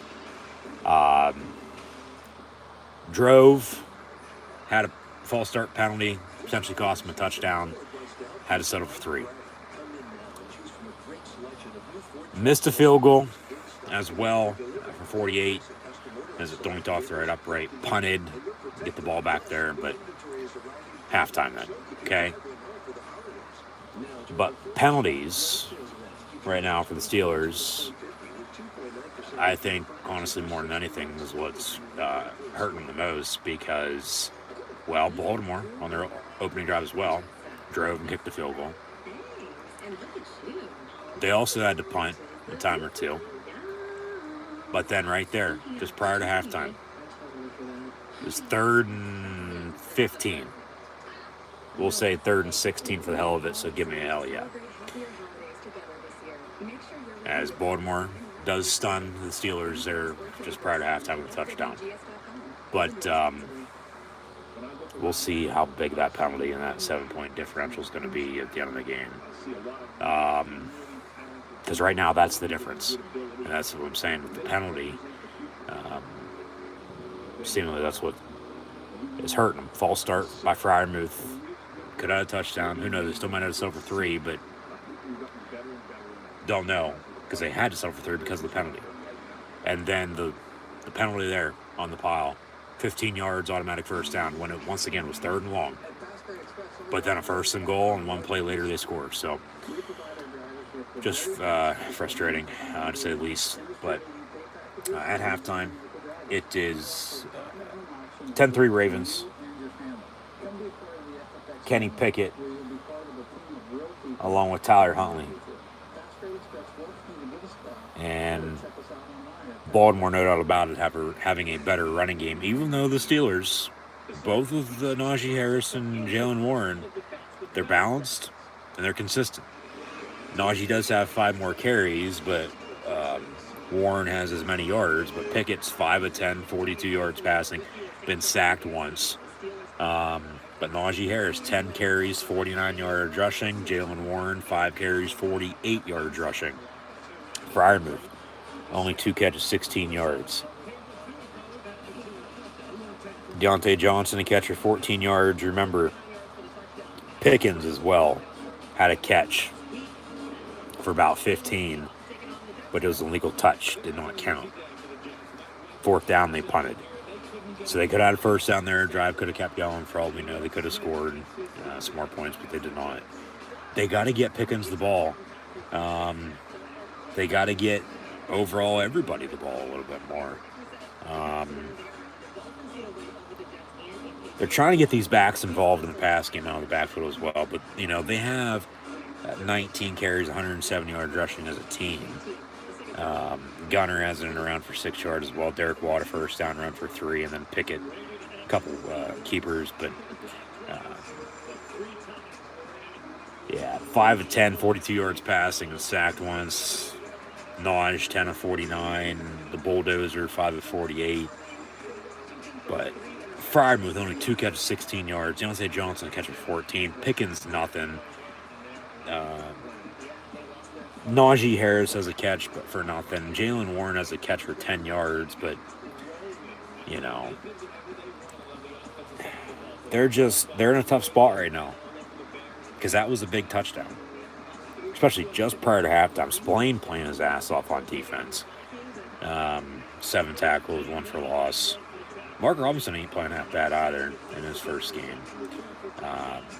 Quiet, though, for TJ Watt, along with Cam Hayward and Minka Fitzpatrick, even though Minka's been in on some stops with Edmonds and Arthur Millette. James Pierre went down with an injury earlier. But just overall got to get some stops, man. And that missed field goal from 48 because he doinked it. Yeah, that's biting him in the ass right now, too.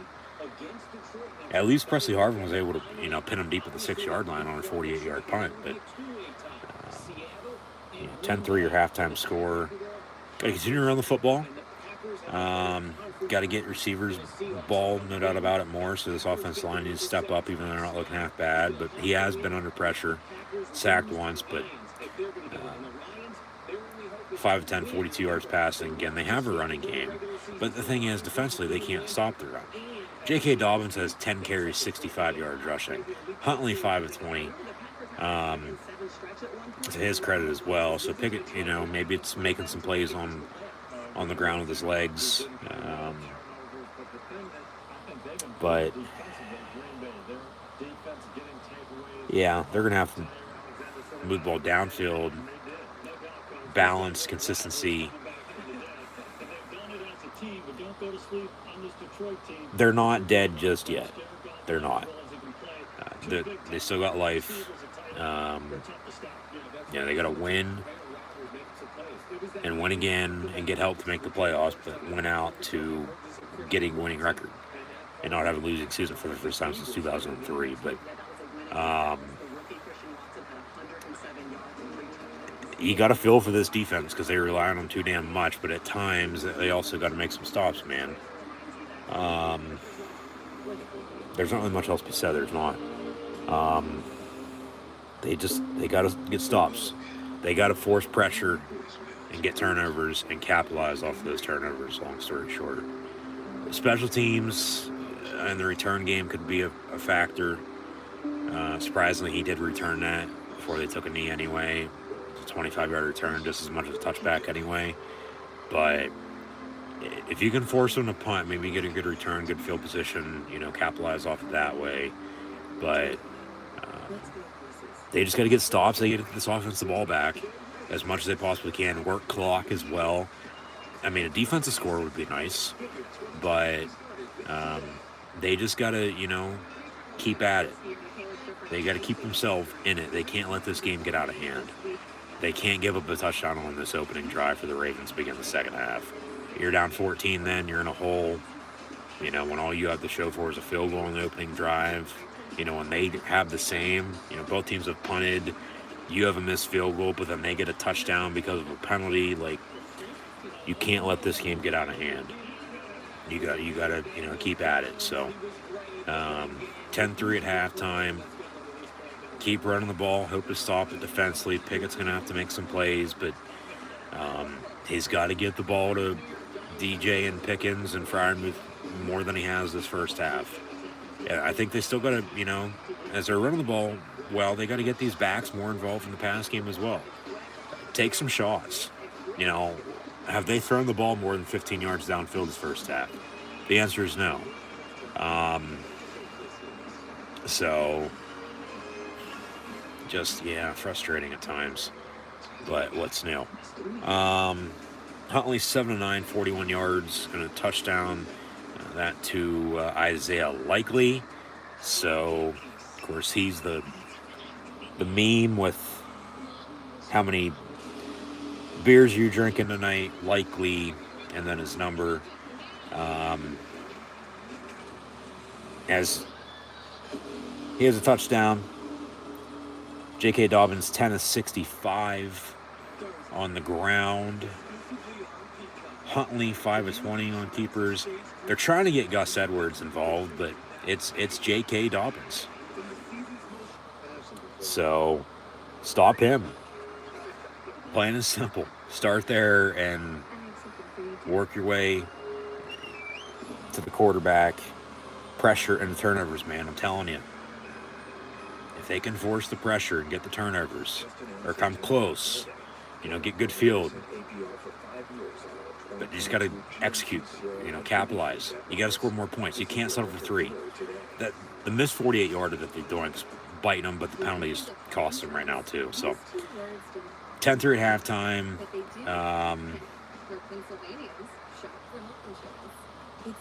Look at time possession, which is in favor of Pittsburgh right now by 3 minutes, but they only have 3 points on the scoreboard, so yeah, you can have as many stats in your favor as you want, but you know, if you don't have more points on the scoreboard, it doesn't fucking matter. They're 4-7 on third down. Have more total yards. The passing's similar. More rushing yards, surprisingly, even though they can't stop the run. The penalties is what's killing them. 4 penalties to only 1 for Baltimore. So yeah, 10-3 at halftime. They got to get some stops on defense, man. If they can get this game into the fourth quarter, down one score as it is now, let alone, less than that potentially, or if they can find a way to, get ahead again as they were up 3-0, they're going to have a chance to win this. And back to the start as mentioned, if tonight they can run the football and stop the run and not do anything stupid. They haven't turned the ball over yet. Neither team has. But they should be all right. But this opening second half drive for the Ravens is going to tell a lot with what is going to happen this second half, I think. If they can get a stop, get the hell off the field, get the ball back, okay, be all right. Just keep giving yourself a chance. That's all I ask right now. So we'll see if they can, let alone do just that. Don't want to start off the new year with a loss. Because with a loss, season's over with one more week to go. They'll be out of playoff contention. They'll have a losing record and a losing season for the first time in 20 years. I said last week on Christmas, after the Steelers beat the Raiders last Saturday night on Christmas Eve, that from now until Week 18 in the NFL, I want 3 wins. 2 by the Steelers and 1 by Penn State, which is tomorrow in the Rose Bowl.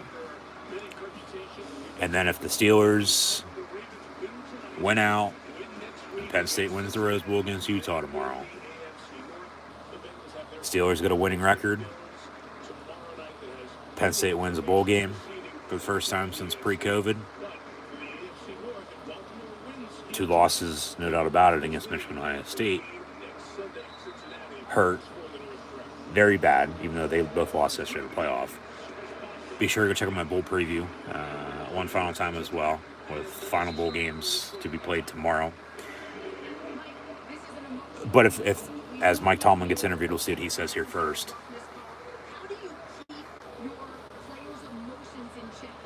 The standard is the standard. Yeah. Emotions to atmosphere. You got to, use it to your advantage, though. You can't let it, get out of hand. Well, he did touch the ref, too. Maybe that's why they had called it. And then we got some, as he said, the Steelers are the Steelers right now, and it is. Huntley's pass caught at Mark Andrews, and he gets about 15 yards first down. Some jawing on the sideline with Cam Hayward and Minka Fitzpatrick, and you never want to see that. You never want to see teammates fight. But overall, if the Steelers will win out, get a winning record, and Penn State wins their bowl game, and if the Steelers don't make the playoffs, but if they do, okay, even better. But if that, 3 wins from now until next weekend, I'd be happy to start off the year. But it's not looking good right now. So this opening drive is going to tell a lot. They got to get a stop. They give a first down pass there, but Highsmith brings them down, but somehow escapes the tackle. A couple more missed tackles by the Steelers, and J.K. Dobbins gets 2, maybe 3 yards on a 2nd and 7 coming up for Baltimore. But, yeah, just they got to get stops, man. They got to keep giving themselves a chance. Next commercial break, we'll recap Week 17, preview Week 18. But yeah, just get the hell off the field. Way too many missed tackles, and they can't stop the run. 2nd and 8 from the 41. And Huntley going to keep it himself. Spillane on the tackle. So Big Bob with the tackle.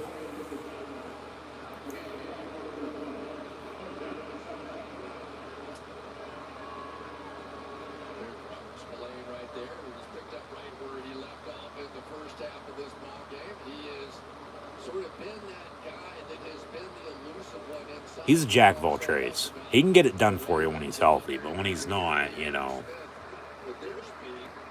that's a different story. He's sort of the defensive Swiss Army knife for the Steelers. He is. Well, they slip on the pressure off the edge. T.J. Watt, pass is caught. Mark Andrews again. Guess what? The first down for the Ravens. God damn it. And Minka's hurt. That's not good. But even without him, as he's been hurt already this year, you know, in the back end, where the hell's Cam Sutton been at all night? He almost had a pick earlier, but then nowhere to be found. You know, they traded for Jackson from Washington, but he hasn't played. Witherspoon's off of IR, but who knows if he'll play again this year. You know, you have Levi Wallace, Arthur Millette, James Pierre went down early. Edmonds making some plays. Trey Norwood's out. I mean, you have Killebrew on special teams. I mean, they're probably going to end up having, number-wise here, probably to drop one of these backers into coverage more than they want to. It's probably going to have to be, well, you're going to have T.J. Watt and Alex Highsmith coming off the edge. Mark Robinson as well. And it's going to be Spillane in the middle. Jameer Jones, I might add, as well. But, yeah, where the fuck is Miles Jack and Devin Bush? Especially Devin Bush. And he's playing in his next last Steeler game tonight, I might add, because he ain't going to be in the Steel City next year. He hasn't been the same since he blew his knee out 2 years ago. And then, as mentioned earlier, that's when Spillane started to really step up and make plays. But now it's, you push forward, it's up front on the defensive line. It's Cam Hayward in the middle, Obi-Wan Kenobi, Ogunjobi. Wormley's done for the year. DeMarvin Leal's playing all right. You have Tyson Alualu as well, but Loudermilk and Montravius Adams ain't playing bad, but they're not doing much either. They're just there.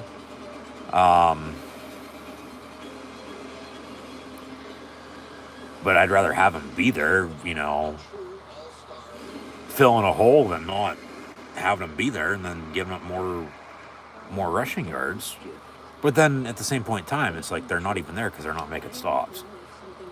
Penalties are killing them. Injuries are crossing them.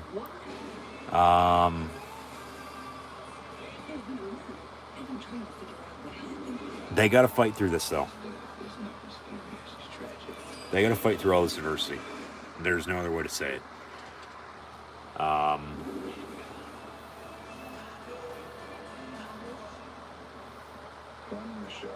So that, of course, injury by Minka did not look good. Meantime, commercial break. Hopefully he's able to walk off under his own power.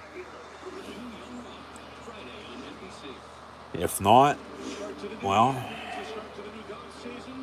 hopefully he's okay. You never want to see anybody get hurt. I just don't want to see no cart. No. But he'll probably be out for the rest of the game unless, comes back late. Okay, he did walk off under his own power. Got a 1st and 10. Yeah, there is DeMonte Casey. I completely forgot about him. He's also somebody who stepped up tremendously for the Steelers after they activated him off of IR. I don't know officially when it was now. A month, 2 ago. Of course, he got hurt in the preseason. And,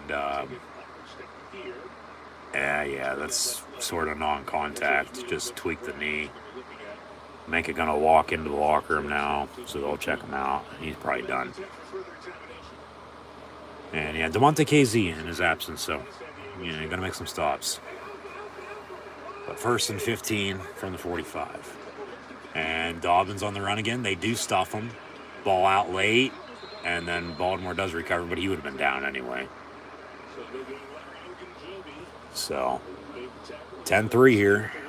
Still the opening drive of the second half for the Ravens. 3 minutes and change in.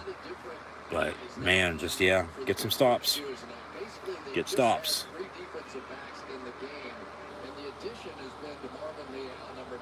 And get the hell off the field and get the ball back.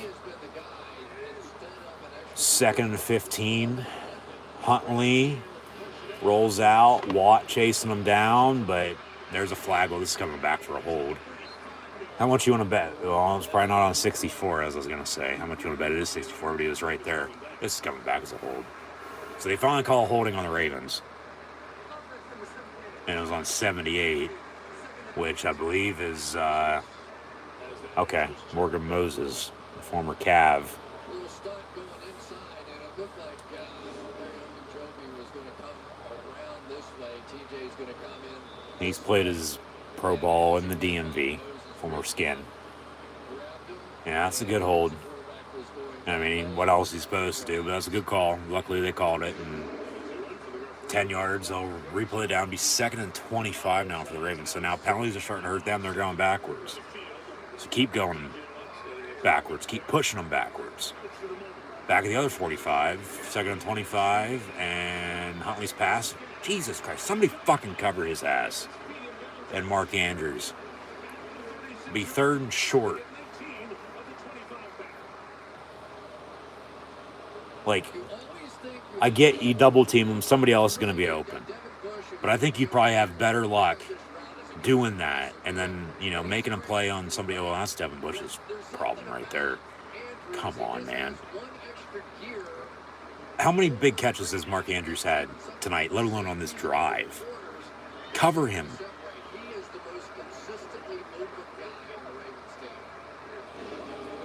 So 3rd and 6. Watt off the edge again, chasing him down, but he's going to tuck it and run. Well, there's Minka Fitzpatrick already back out there. Pushes him out. Well, there's the defensive trio. Minka to TJ Watt to Cam Hayward. You can't split a tackle into thirds, though. It's going to be a half. It'll go to Minka. And then both Watt and Hayward were right there at the tail end of it. But yeah, they brought him down and then pushed him out of bounds. So, boom, big hit. Take that. So 4th down, Baltimore going to kick it. This should be from about 50, maybe 52.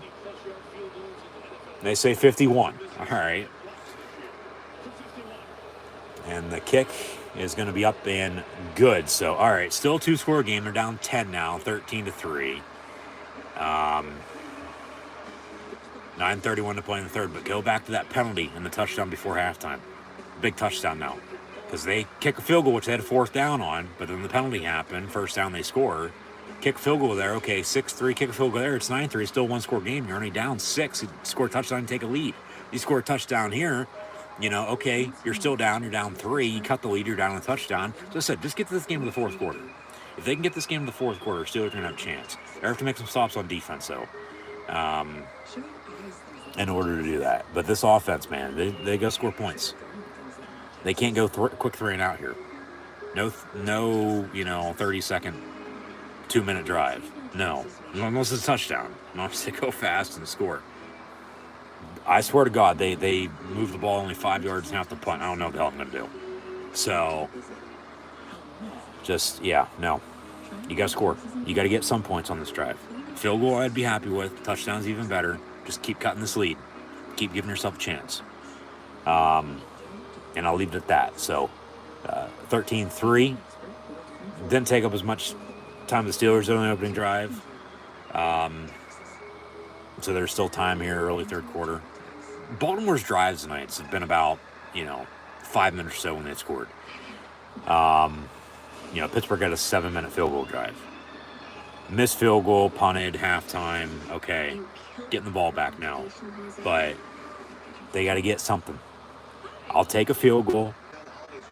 That missed 48-yarder, they don't, it's hurting them too. Because you get a field goal here. You're still down, only 4 though, 13-9. But if you score, you tie it up. And then it's a whole new ball game. So yeah.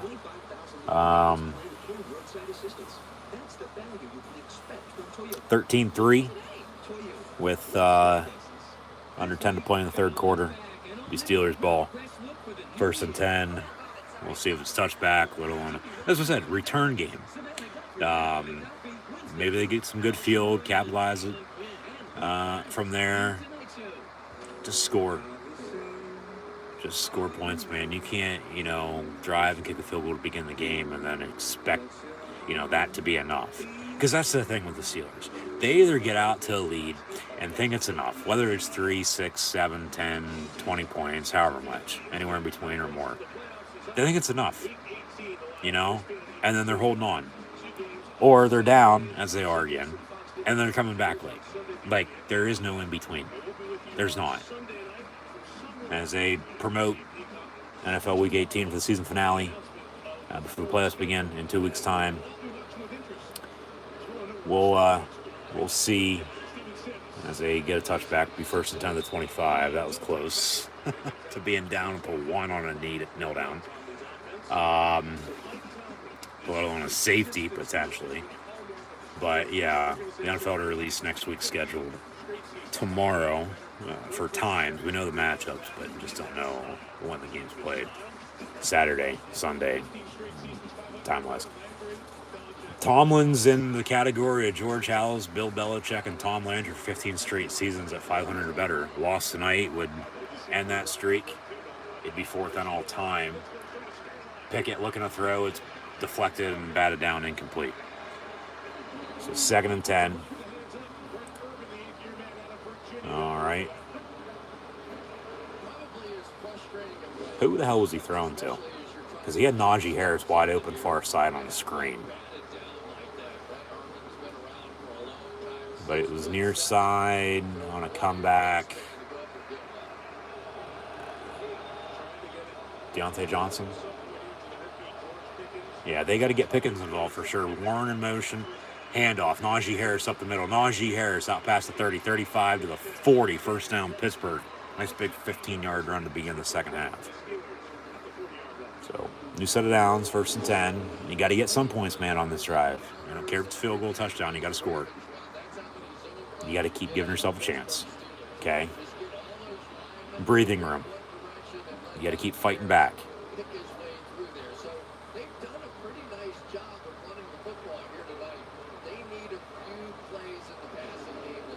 You don't want to give Baltimore too much. You want to keep this game as close as you possibly can, but you just got to keep inching, chopping back.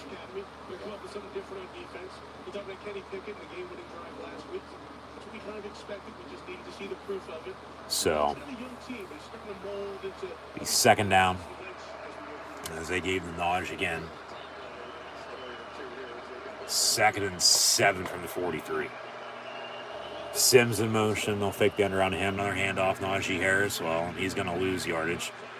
It'll be 3rd and a mile. God damn it.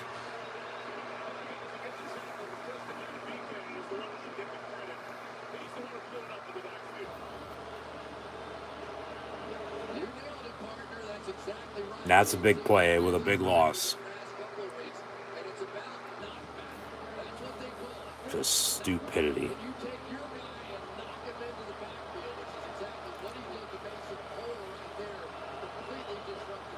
But they got beat up front, couldn't block. Lost to 7 on the play. So 3rd and 14. Empty set, Pickett looking to throw. And down the middle, it'll be caught. What a catch by Pickens at the 50. Right at the first down marker. And they'll move the 6 again. So big first down run by Najee Harris. Big first down catch there on 3rd and long by George Pickens. Need a couple more first downs. Got to inch closer to the end zone and score. Comes down to take a field goal if you have to. Settle for 3. One score game again, but then you got to make a stop again on defense. You got to get some points on this drive. Take what you can get, but what a catch by George Pickens. Warren going to motion back into the backfield. Trips in a bunch near side. Pickens, Sims, and Freiermuth. Pickett rolls out, complete to the bulldozer.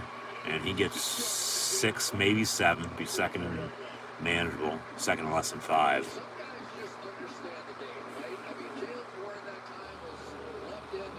Yeah, I'd keep Warren in. I mean, I said earlier this year, when Najee wasn't able to run the football, You know, and Warren's he bulldozes away. That's why I call him bulldozer, because that's what he does. He bulldozes fucking forward. That's what a bulldozer's supposed to do. He's supposed to bulldoze. And this defense is, you know, his dirt. They'll hand off to him, but he stumbles and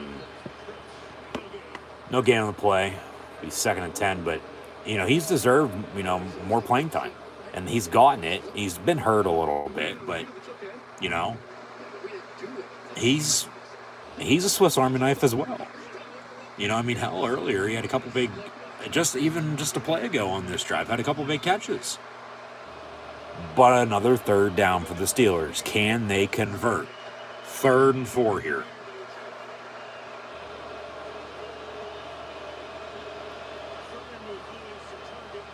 And Pickett looking near side to throw, dump off Warren, and he'll get another 1st down. 6-yard reception, 1st down Steelers. And now Deontay Johnson slow to get up. He'll hobble off.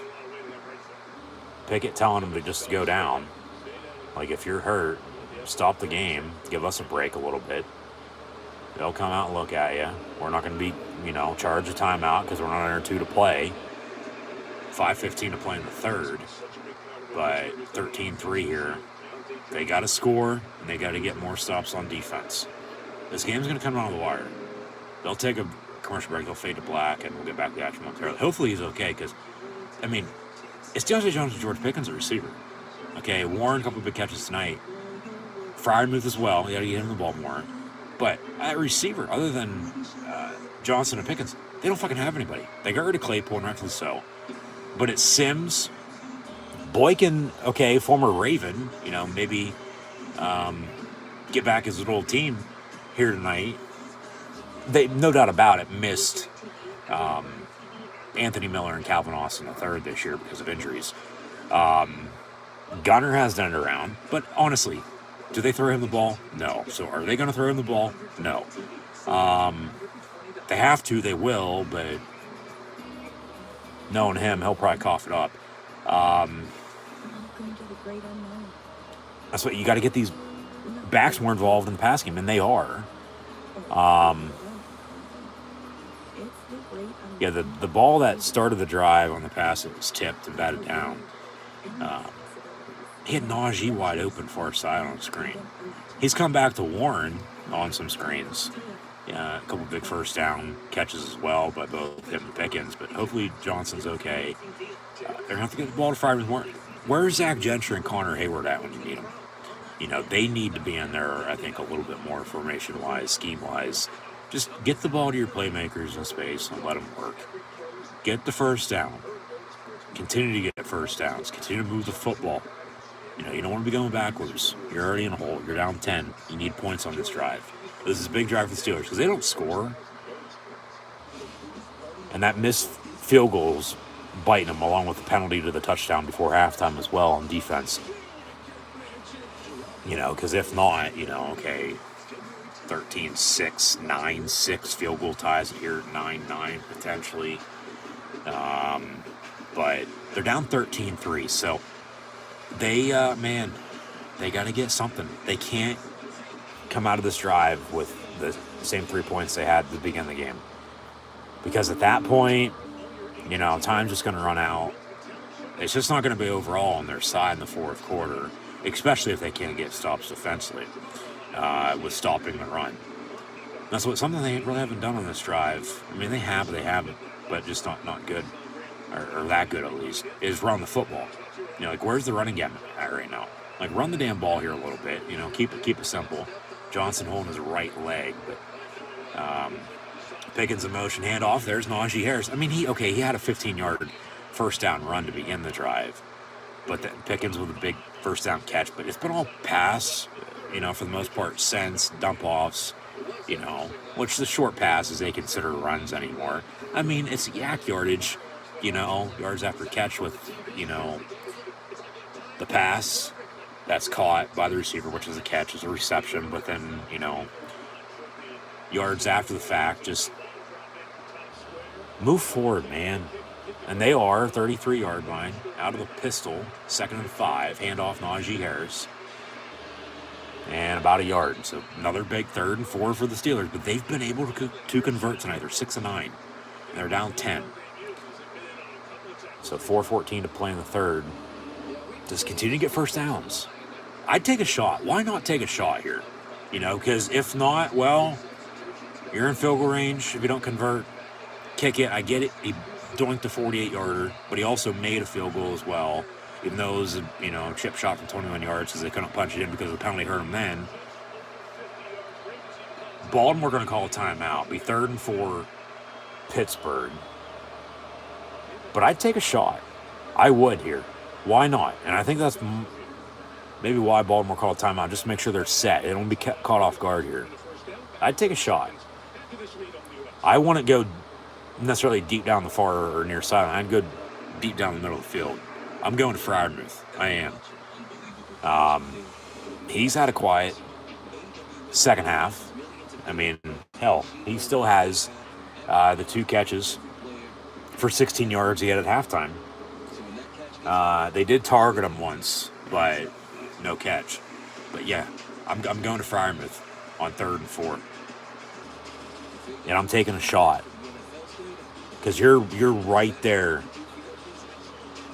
in position to, get a goal to go if you convert. But at the same point in time, too, you don't want to do anything stupid. You don't want to turn the ball over because you're in field goal range. You don't convert, you kick it. You take the points. But 3rd and 4 for Pittsburgh here. Another big 3rd down. Ball right outside the 30-yard line. At 33. Empty set. Just get a first down, but I'm telling you, well, Pickett gets hit. It's still almost caught and then dropped incomplete. 10 for Deontay Johnson. Of course, Kenny Pickett's now hurt. Holding his right arm. Took a shot. He did. Big hit. Did he lose half of his visor? Did his visor get popped out on that hit?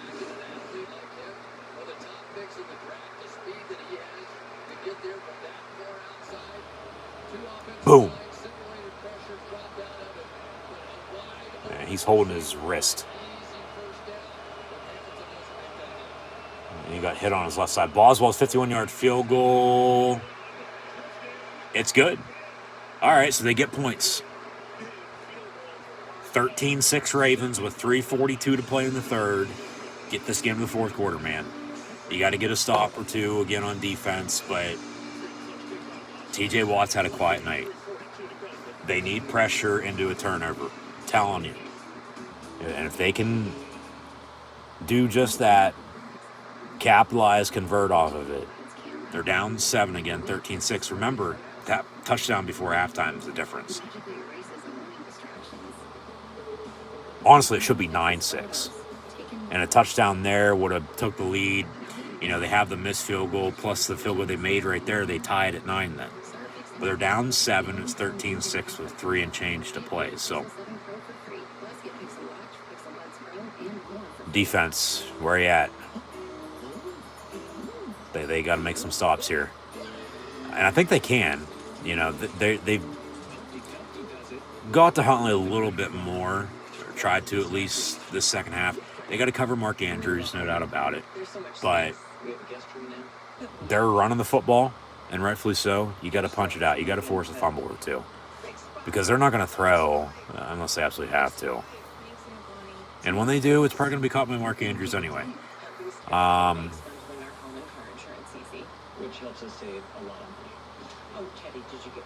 So there's that.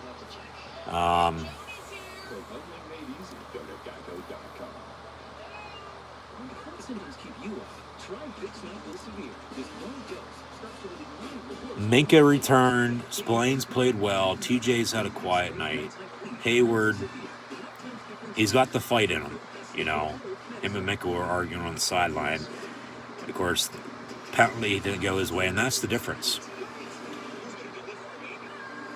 Because they don't give up that touchdown. They give up a field goal. They're down 3 right now rather than 7. That penalty is a killer right now. It is, man. But still, they're still in this game. They are. So I'm saying just keep giving yourself a chance. Get this game into the fourth quarter. make more stops. I'm just trying to figure out who it's going to be. Because TJ is going to be the obvious answer with the pressure on a strip sack fumble or something like that. But other than tackles or missed tackles, what's Miles Jack and Devin Bush done tonight? So there's that. Exactly, next to nothing.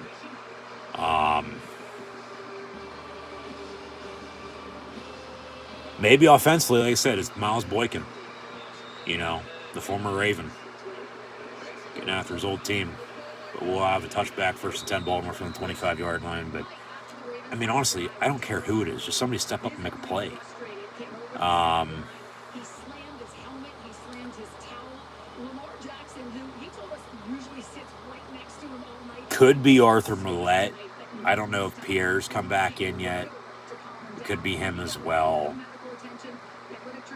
Minka would obviously be a good option as well, but I'm looking at Cam Sutton and Terrell Edmonds. I am. So, and that's for an interception. Maybe hell, even Levi Wallace for that matter. But 1st and 10, handoff. Dobbins, another first down run out past the 40 to midfield. Make it push them out. God damn it. Stop the fucking run, why don't you? Highsmith is somebody else, too, coming off the edge. He really hasn't done much tonight. But they can't stop the run to save their damn lives tonight. This is what killed them a couple weeks ago when they played. Couldn't run it. Can't stop the run. They have a running game, but now they still can't stop it. And the difference is the touchdown just prior to halftime because of the penalty. You know, they don't give up that. They give up a field goal. They're down 3. Force field goal here. They're still down 6. 1 score. Give a touchdown. Okay, they're down 10, but under 3 to play in the third. Out of the pistol, another handoff, but they stop them right away. DeMarvin Leal from A&M on the tackle. So 2nd and 10, but yeah, man, they got to stop the run here. But then watch the play action, because you know, anybody for that matter, when you have a running game, and then it's sort of, you know, is starting to dim, they're going to try to beat you with some play action going deep. So watch the deep ball. Telling you. And then that's when the pressure, forcing a turnover comes into play. I mean, that should be like that for any play for that matter, but 2nd and 8, they'll fake the give. TJ Watt takes them down on a sack, 3rd and long, and turned down to begin 2023. It'll be officially 3rd down, and let's see a replay first off, but unblocked off the edge. Does Baltimore, well, they did touch him late, sort of pushed him into the sack.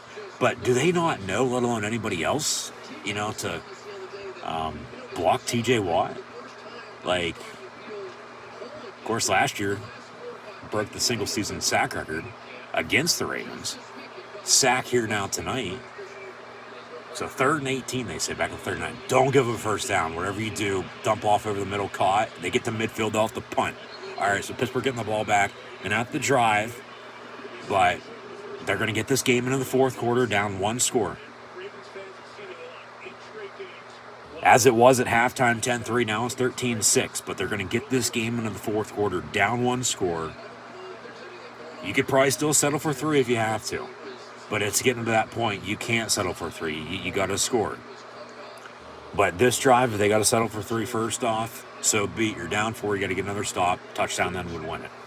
George Stout on to punt. And a fair catch signal for by Sims at the 10. So 1st and 10 Pittsburgh from there with 46 seconds to play in the 3rd quarter. Got a flag on the play now as well. Kenny Pickett seems to be okay.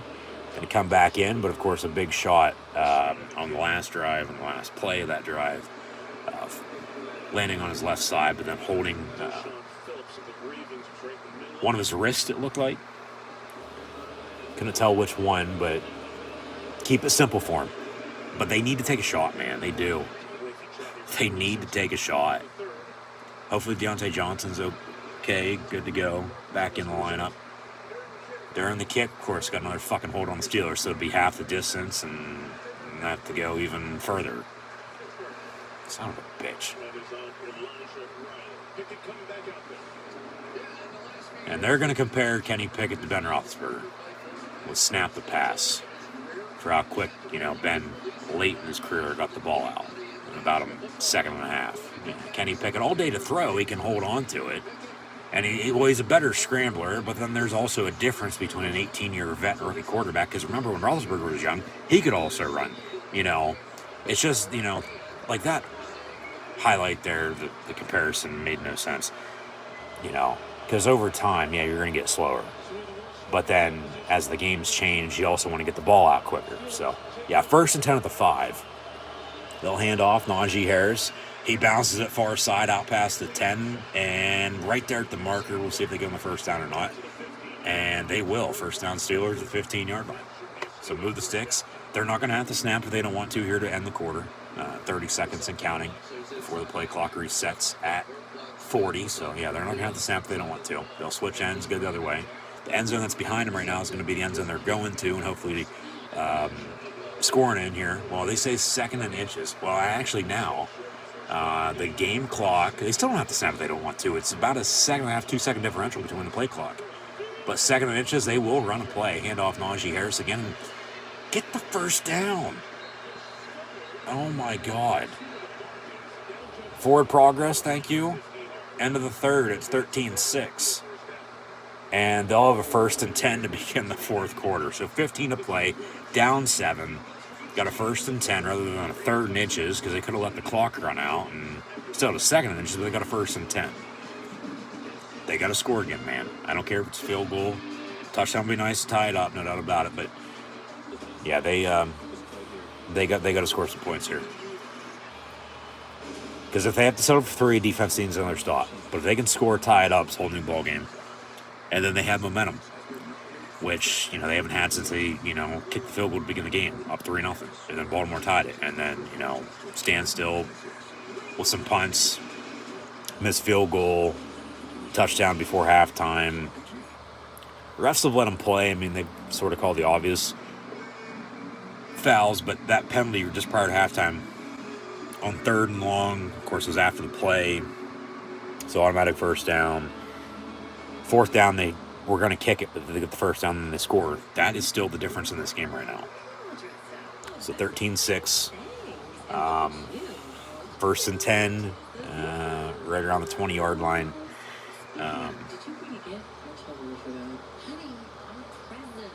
Still going to have ways to go here, but Freiermuth had allowed to catch that 3rd quarter. I'm getting him the ball. I'm getting these tight ends the ball more. Even Zach Gentry's been out there just blocking along with Connor Hayward. But hopefully Dante Johnson's okay. Can't tell if he's returned just yet or not, but got to get Pickens the ball more, of course, too. Keep getting the backs the ball out of the backfield. But Sims, hoping he steps up. Miles Boykin's the one to watch out for, I'm telling you. Former Raven against this old team. Really hasn't done much for the Steelers this year. He hasn't. So why wait any longer? Why don't you do something now?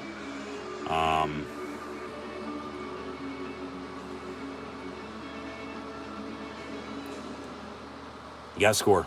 I don't care if it's field goal, touchdown. You got to score here. Because you don't score here, you're still on 7. Okay, game tying, touchdown late. Maybe there's more time to score again. Maybe go to overtime. But if you don't get anything now, and then they drive and score a touchdown, you're down 2 scores again. Whether that's a field goal or a touchdown. You're down 10, 14 points as you've been. You got to score. And they got a 1st and 10 at the 15 to begin the 4th.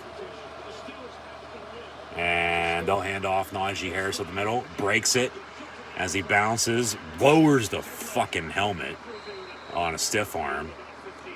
And he bulldozes his way for another Steeler first down run and get 10, 15-yard run. 1st and 10 to begin the 4th, and hey, hell, they might get both backs with good 7,500-yard rushing tonight. Which, who would have thought that coming into the game? Yeah, DJ's back out there. Good block by him that late after Najee bounced it near side. And then watch that stiff arm. Boom with the crown of the helmet. 1st and 10 Steelers at the 30. And Kenny Pickett. And step up. And it'll be caught. Far side, George Pickens. Another 15-yard completion. So I get it, 1st down's 10 yards, but they're getting 15. And rather than inches to go, automatic 1st down. And yeah, he stepped up in the pocket. They ran into each other, and 1st down. Oh, shit. He had Freiermuth down the seam, too, man. So 1st and 10 Steelers. Ball at the 45. High snap. Gets it down. Hands off Jalen Warren. And he gets to midfield. So 2nd and 5. Pittsburgh from there. Chuk. Trash talking. Nothing stupid. No penalties here. It's getting chippy, though.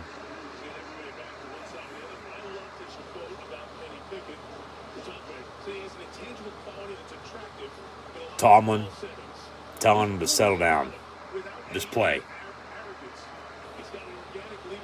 Don't let them fucking get in your head. 2nd and 4. And they end around to Jalen Warren again, far side. He gets another Steeler 1st down. So they'll move the sticks again. So backed up to begin the drive, starting at the 5-yard line. Tomlin trying to keep his cool with the refs as well. Like, hey, should be calling this down the middle. We're able to get 1st downs anyway, but yeah, just hopefully the refs don't try to control this game late.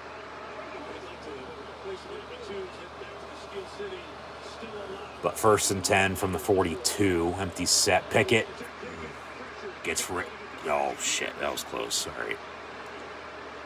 Almost got hit.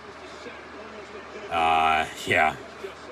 Ball was tipped as it was almost caught by the Steelers. But then almost picked off, and then it falls incomplete. Yeah. Blind side from the far side. They almost get to him. Yeah. Probably should have been picked off by 3 different Ravens, but they'll hand off again. Najee Harris inside the 40 and down to the 36. He goes, hey, keep running it. This is a big 3rd down, though. Big 3rd down again for the Steelers. Be 3rd and 4 again.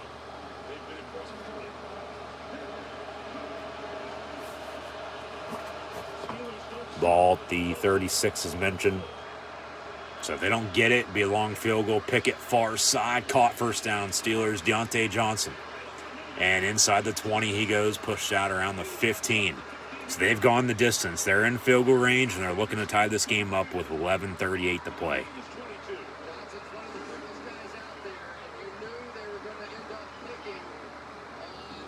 I'm going to Freiermuth, man. I'm telling you, go to Pat Freiermuth here.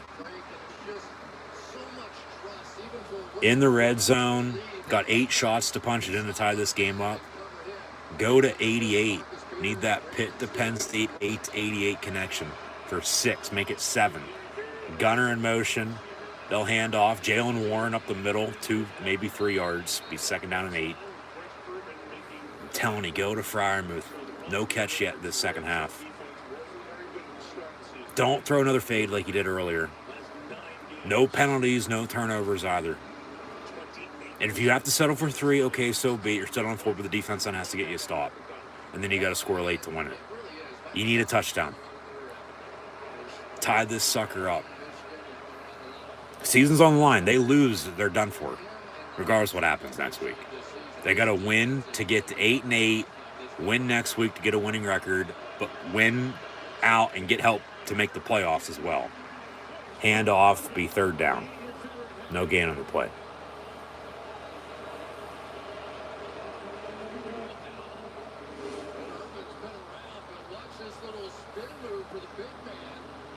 seen him knock down passes, making plays in the backfield, and Yeah, Chuk not playing well this second half. A couple missed blocks. I'm telling you, go to Frymouth, though. Be 3rd down and 10 from the 15. And if you have to settle for 3, so be it. But they're really missing that missed field goal right now. Pickett looking to throw. Pass. Incomplete near side. 10 for Sims. So here comes Boswell for the field goal. You got to kick it for sure. 9:47 to play. You definitely got to kick it. Make it 13-9. But if you already had that missed 48-yarder, you make this. You're only down 1 then. 13-12. Game-winning field goal potentially wins it for you. Load on a touchdown, you go for 2, make it a 7-point lead. So Boswell, 15-25. Oh, this is fucking extra point from 33 yards out, right? Yeah.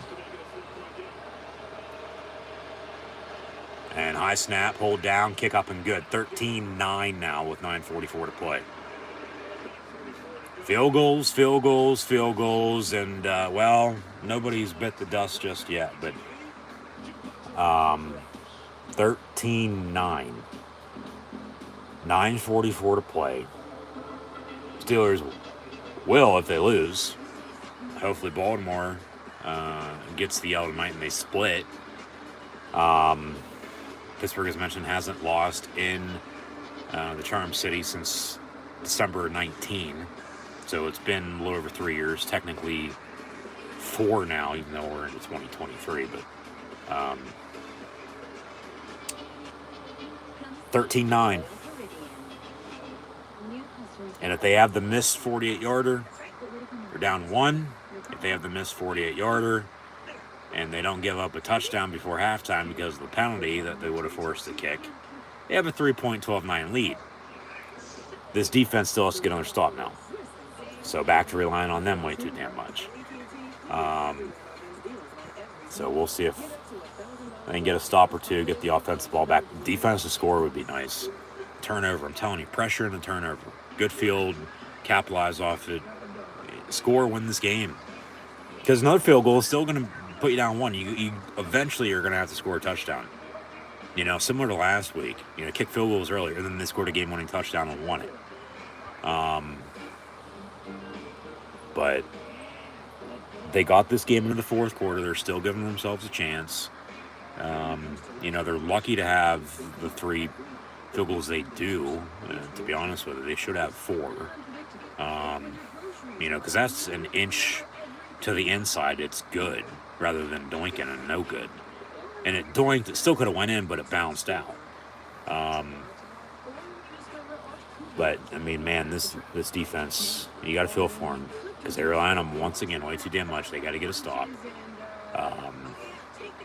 Who's it going to be? Let me know in the comments below. We'll see. But yeah, pressure and a turnover would be nice. Good field also would be nice. But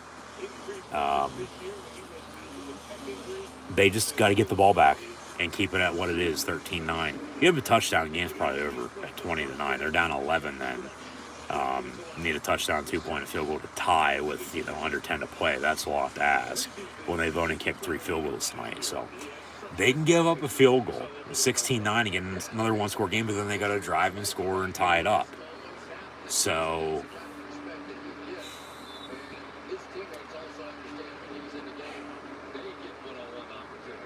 they got to get a stop on defense again. They got to get another stop on defense. And I know we're going to get to a Week 17 recap and Week 18 preview eventually, but tackle him, no. That's a big return by Baltimore to midfield and then some into Steeler territory, about 37-yard line. Son of a bitch. Jesus Christ. How the hell do you let that happen? And they're, hell, going to be in field range here in about a couple seconds. Missed tackle. Good blocks that, you know, could have went Pittsburgh's way on penalties, but no fouls. And finally push them out, but not until after a big return. Ball at the 40, they say officially. 1st and 10, Ravens. And they'll hand off. They do bring down Dobbins over right away. TJ Watt, along with Alex Highsmith, make the tackle. So, second and long, but yeah, if you can keep him out of field goal range at this point, do just that. But, I mean, don't give him a touchdown. You give him a touchdown, game's over probably. Season's over. Winning record for the winning season streak is over. I mean, even with ball to play, you know, they could come back and win it, tie it up still, potentially win it overtime. The time's just not going to be on their side if they give a touchdown. Watt, more pressure, incomplete coverage by Minkah Fitzpatrick. Yeah, Watt, you can tell this drive, those two plays there, he's putting the team on his back. Hey, game's in our hands, not yours. We're making stops. We're going to get the ball back. We're going to score, and we're going to win. Yeah, big third down again. You know, if they can force him out of field goal range, Tucker can still kick a long field goal from, 50 plus, maybe 60 plus, so they wish, rather than, punt, pin them deep. But if you can force a punt here, get the ball back, drive again, you're going to have to score rather than, kick a field goal. Okay, so be it. But 3rd and 12 from the 42, pass incomplete. And then Larry Ogunjobi picks up, but they say incomplete. So 4th down and 12. Baltimore's going to punt. Tucker getting ready to warm up, getting ready to trot out there, but they're going to punt it. And John Harbaugh knows better. You play field position now with a lead. You don't want to give Pittsburgh a short field if you miss a kick. Only down 4 with under 10 to play. So they make a stop on defense after the big return. Watch a fake, even though it's 4th and 12, watch a fake. And they'll boom it away. Hopefully no running or roughing the punter. Fair catch signal for inside the 10. And they're going to have to go the distance again. And with 8:41 to play for the first time tonight, they're going to have to not settle for 3. They're going to have to score, take the lead. Now, if you do have to settle for 3 again, well, back in the defense hand, give another stop for you. You're down to 1. The missed 48-yarders coming back to bite you. Touchdown as well right now still, too, because then you'd have a lead if they didn't have the touchdown. They have field goals themselves. It's a field goal game is all it is. I mean, we have 1 touchdown right before halftime.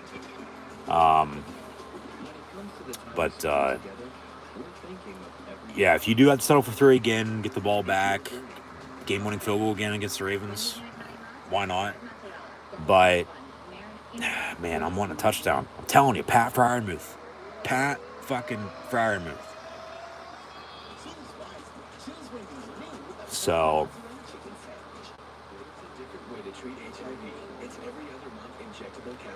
we'll see what happens, but just no turnovers. We have not had a turnover yet. No turnovers. You can't be turning the ball over in this situation.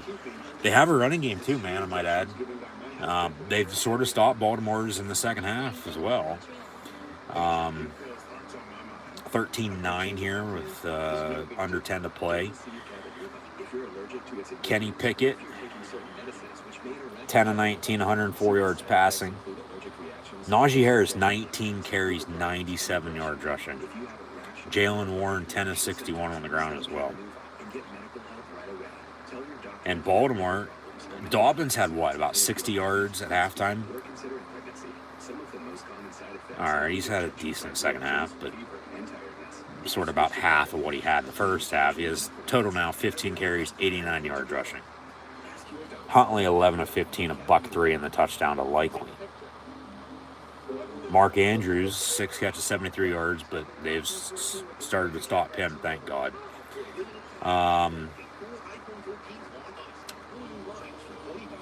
And with officially 8:45 to play, Pittsburgh still controlling the clock by 6 minutes. If they can work more clock here, drive and score a touchdown, that missed field goal still hurting them because then they'd have a 6-point lead. Baltimore would need a touchdown to win it. But if you score here, you're up 3, give them the ball back. They need a field goal to tie, a touchdown to win. But they got to keep running the football, yeah, and keep working clock and hope to score. Nothing stupid. No turnovers. 1st and 10 Steelers from the 8.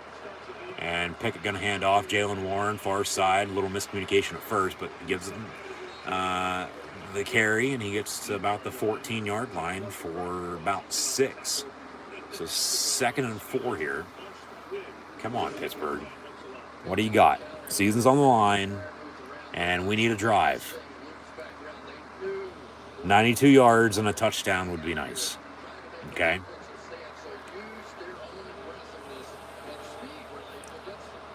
And if you can work as much clock as you possibly can, too, even better. But then if you work clock, don't get anything, unless you kick a field, get the ball back, you might hurt yourself there. Warren up the middle again, out past the 20, first down Steelers. But, yeah, because that's something you don't want to do. You don't want to, work clock and then not get anything with only 7:47 and counting to play. Still down 4, down 1 if you kick it.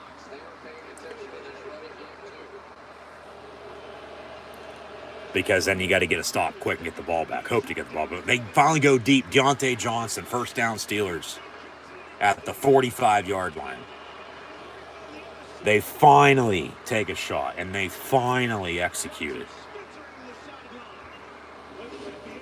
Hell hasn't frozen over just yet. And Baltimore's going to challenge that, and they're going to win it. That's incomplete. He caught it, had the right down, and the left sort of hopped over, and then was out of bounds. So that'll be incomplete.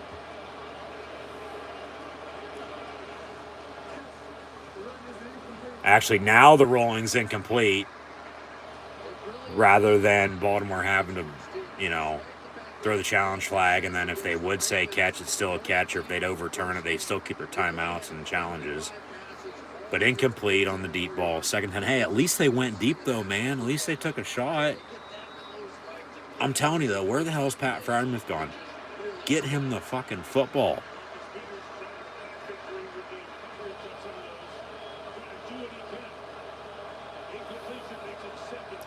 So 2nd and 10 from the 22.5.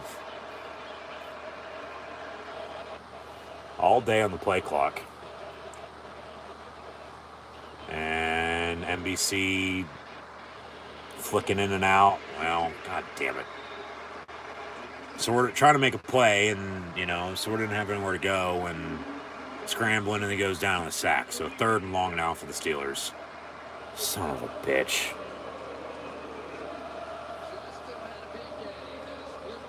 And I can guarantee you, there's nothing, more than the Ravens would like to happen. That they sweep the Steelers, they beat them again tonight, and then they end their season, as Pittsburgh's done to the Ravens in the past. But then they snap this winning streak for most consecutive winning seasons. 3rd and 18, Pickett. Far side, caught by Freiermuth and then dropped. It's incomplete. You got to punt. You got to play field position, make another stop on defense.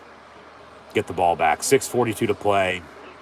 4th and long, and they'll have to punt. So a deep ball, they said it was a catch, it was incomplete then, and which it was. But then the sack, then 4th and long after the incompletion, you definitely got to punt. They need a turnover on defense. They do. They need good field. Harvin booms it away.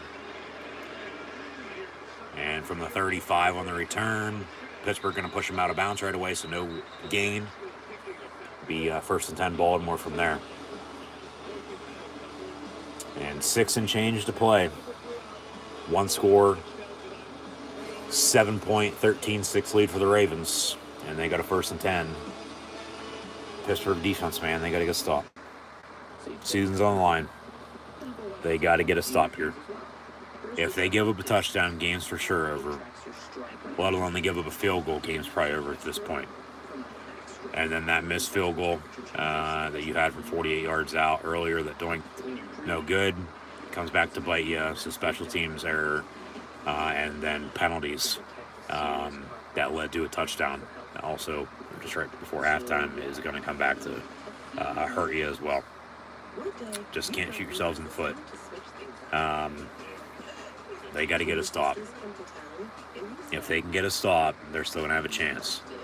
but it's still got to be 13-9 at that point. It can't be 16-9. Well, it could be 16-9. They're down one.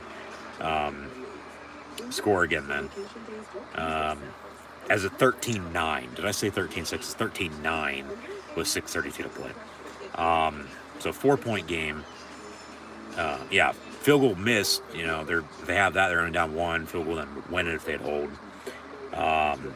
Touchdown then would win it if they'd give up a field goal.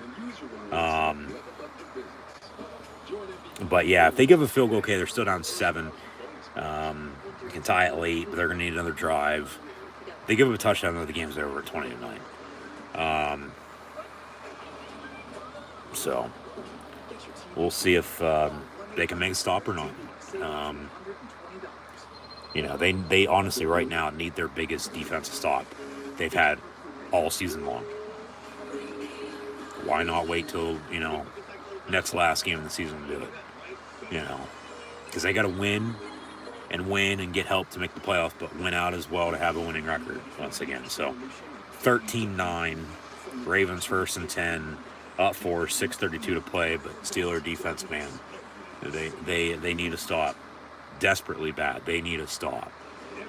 So they'll show off key plays. Yeah, missed field goal for 48. He doinked it, and then the penalty before the touchdown before halftime. Yeah, those are the two biggest plays in the game, and a 4-point 13-9 ball game late in the fourth quarter. So leave it at that.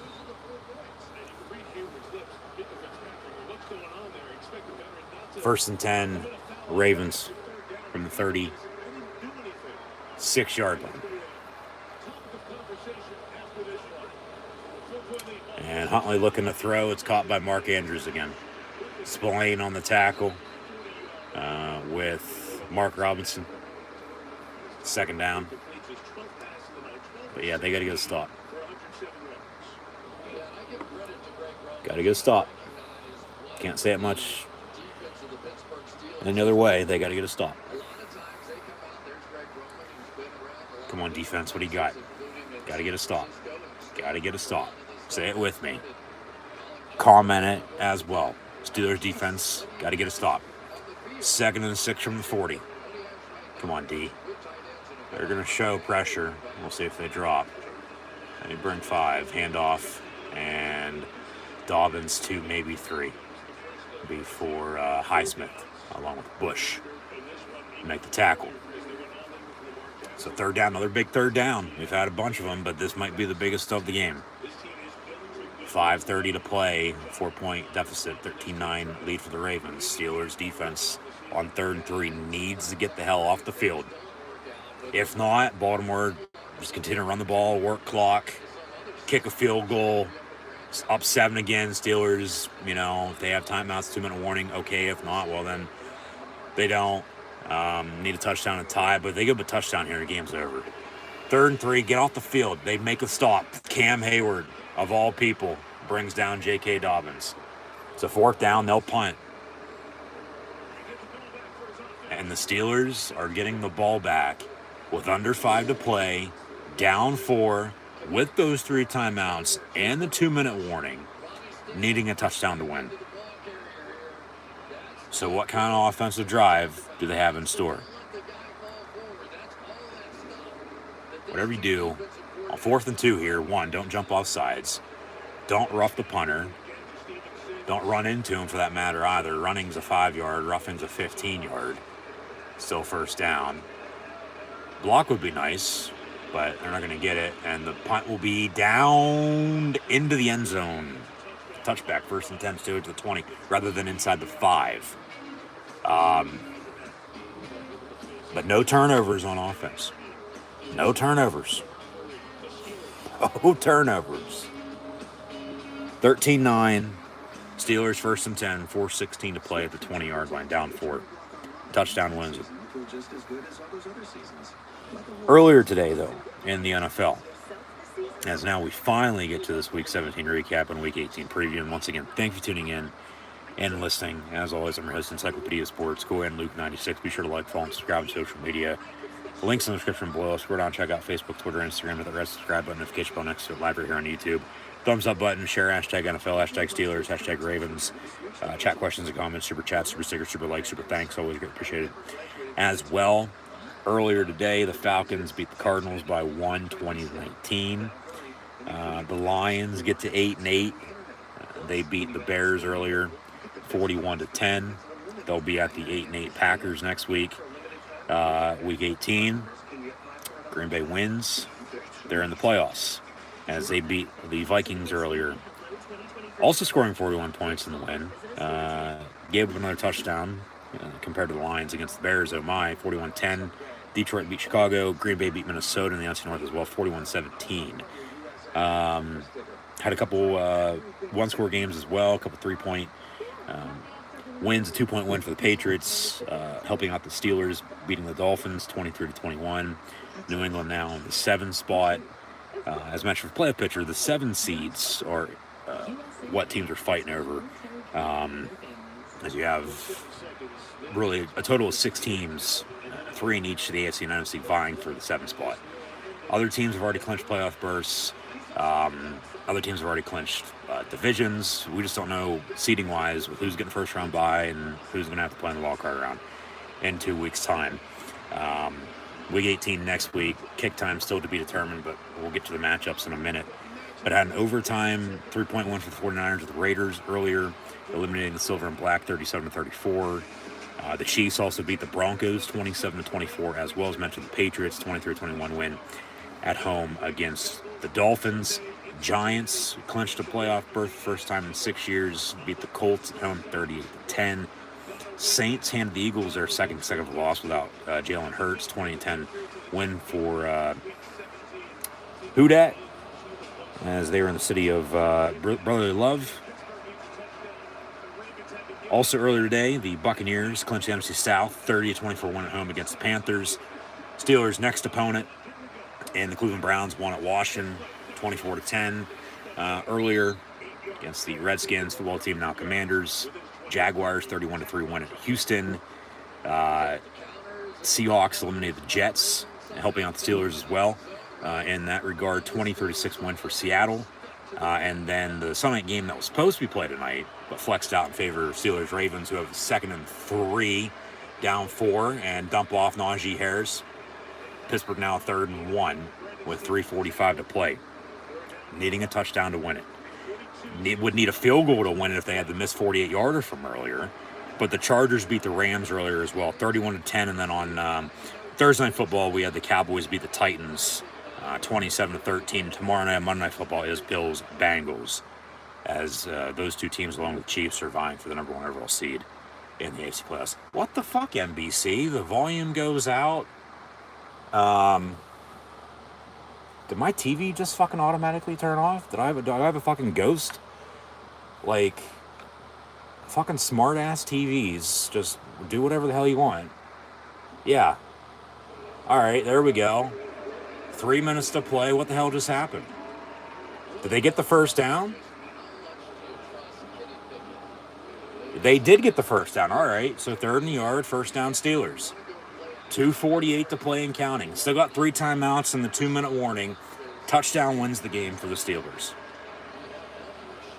How many yards did they get on that, though?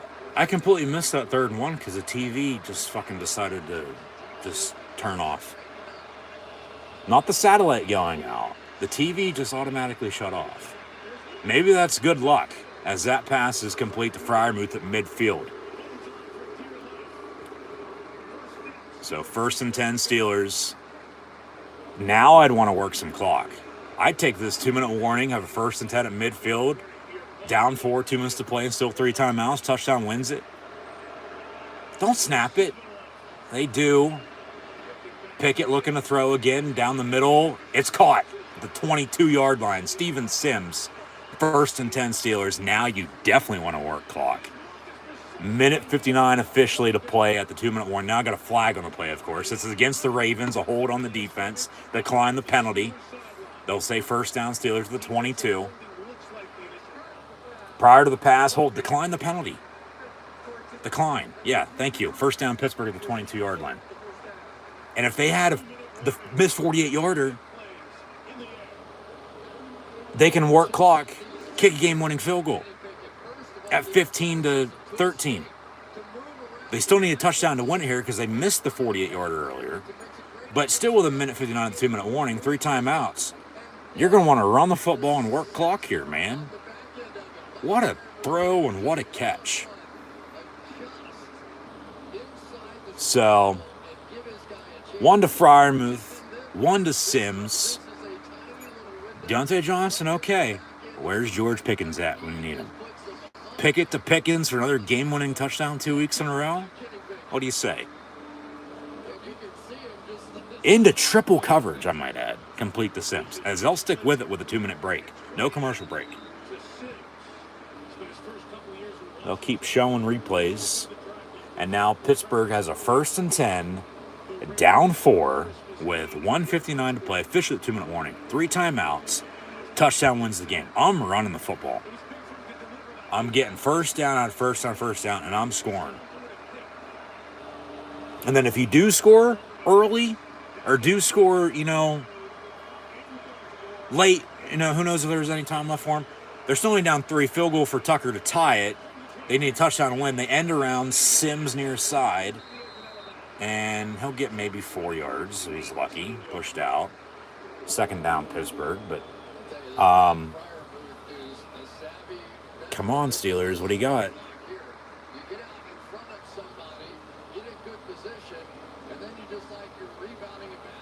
Yep.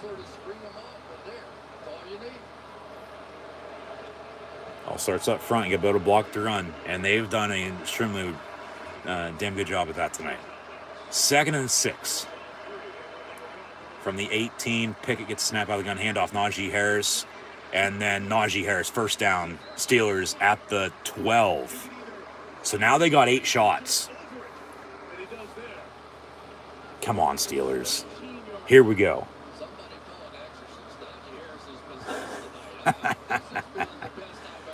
Collinsworth with an exorcist line saying Najee's possessed. I swear to God I have a ghost. With the TV shutting off automatically. But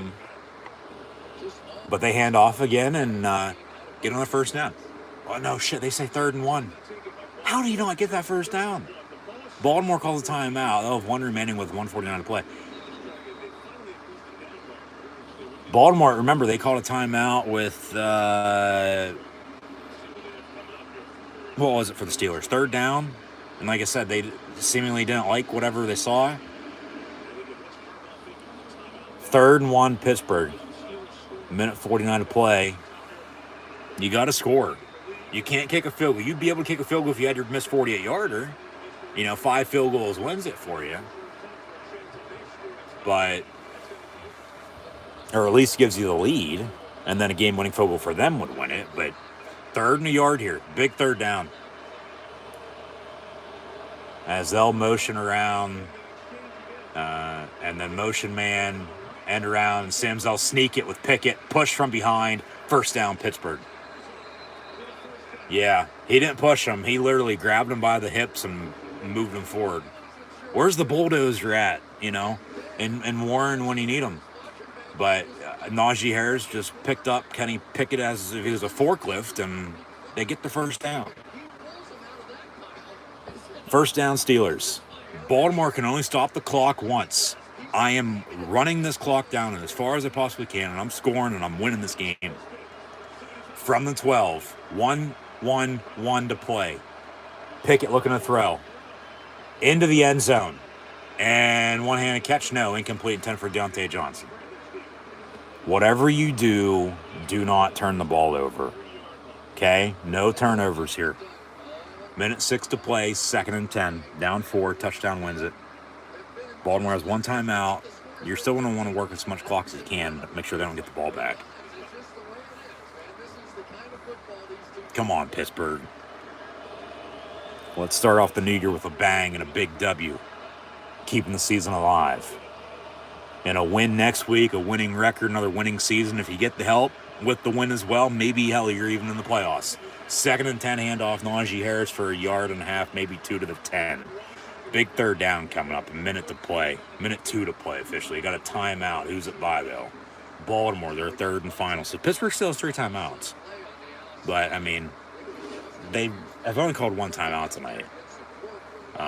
They had 2 just prior to halftime, which, you know, they weren't going to use. They didn't. You know, wasn't going to get them anywhere. These 3 timeouts now, and seemingly they're not going to get them anywhere either. But 3rd and 8. I'd like a 3rd and shorter than that if possible, but not going to be that way. It's going to be 3rd and 8.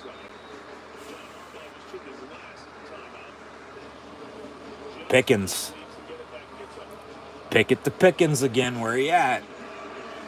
Because they've gone to Johnson. They've gone to Freiermuth. Sims had a big catch. Where the fuck is George Pickens at? 3rd and 8, maybe a screen. If you can buy some time. Get downfield a little bit. But 3rd and 8, Pittsburgh from the 11. And Najee going to motion out. Pickett gets the snap, rolls out near side, and it'll be caught in the end zone. Caught. Touchdown Steelers. Najee Harris with 56 seconds to go. Hoo-wee. Here we go again. Another potential game-winning touchdown with under a minute to play in back-to-back games. Steelers take the lead with 56 seconds. An 80-play 11-play touchdown drive in 3.5 minutes. Extra point going to be crucial to go up 3. Baltimore needs a touchdown to win it then. Field goal to tie by Tucker. And they have no timeouts. But they can, you know, potentially still get in field goal range for him. Boswell's extra point up and good. 16-13 Steelers. And remember, the missed 48-yarder. They have that. Baltimore for sure needs a touchdown to win it because they'd be up 19-13 after that. What did I say about a potential screen out of the backfield? And they bought time, and then he hit him right on the money at the pylon near side. It should have been sacked right there. That's a fucking hold that they didn't call, thank God. And they had 2 men open. I think he was going to, not Najee. He undercut the route. He jumped in front of the receiver. It looked like he was going for, who is that? Steven Sims in the end zone again. Whether he would have caught it or not, who knows? But Najee did, and it's a touchdown Steelers.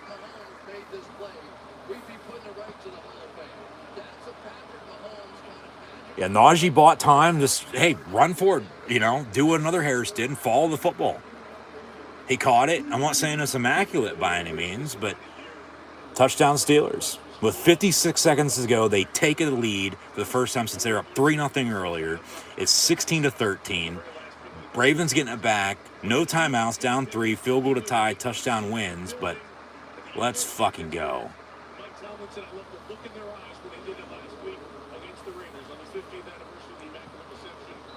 Kenny Pickett with back-to-back potential game-winning touchdown drives and back-to-back games. Hey, a win's a win, whether it's by 3 2 weeks in a row as well, or who knows what, here tonight. Touchback, be 1st and 10 Ravens at the 25-yard line. No timeouts, down 3. Pittsburgh needs to win to keep their hopes alive. Tucker's going to get warmed up. But remember, the 48-yarder that he missed, Baltimore would need a touchdown if they had that. Let alone, this game would be over right now. This drive would mean nothing if the penalty by Cam Hayward to the touchdown just prior to halftime was a field goal. Well, I shouldn't say nothing. They'd still need a touchdown to win it, you think about it. A field goal wouldn't cut it. But that pass incomplete near side. So 2nd and 10 Baltimore. Come on, defense. What do you got? So, yeah. Caught, touchdown. Extra point up and good. Incomplete there. 2nd and 10. 16-13 Steelers. Come on, boys. What do you got?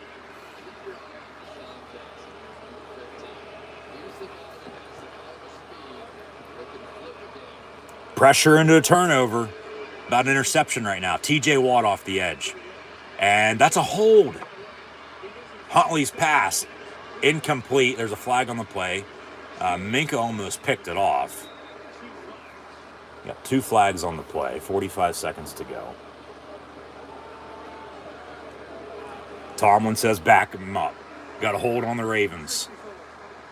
10 yards. They'll replay 2nd down. So 2nd and 20.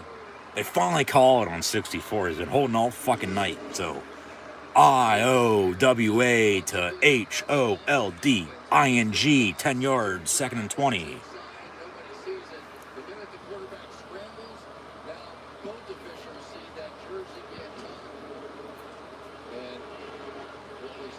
Come on, defense. Here we go, Steelers chant as well. On the road, Steeler Nation travels well. And on New Year's, pass complete to Mark Andrews. It'll be 3rd and 2 at the 33. Clock's ticking. They have no timeouts. Are they going to spike it and have a 4th down, or are they going to snap it and go? Get a 1st down, hopefully for them. Which, hopefully the Steelers don't allow them. Quick pass, caught. Now you got to spike it. That's a fumble. Steelers ball. Are they going to say he's down by contact? They're going to have to look at that. 15 seconds. Cam Hayward has the football.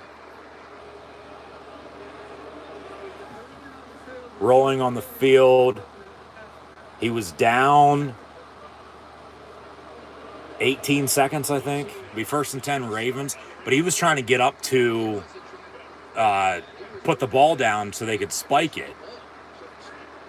But then the Steelers stripped it, and then they recovered. 22 seconds, they say. 1st and 10 and 38. Can you at least look at it? Can we see a replay? They spike it, so it ain't going to matter now. So it's technically incomplete. It'd be 2nd and 10, Ravens, 20 seconds to go. Yeah, let's see a replay of this. Pass was caught. Andrews down. But then he gets up.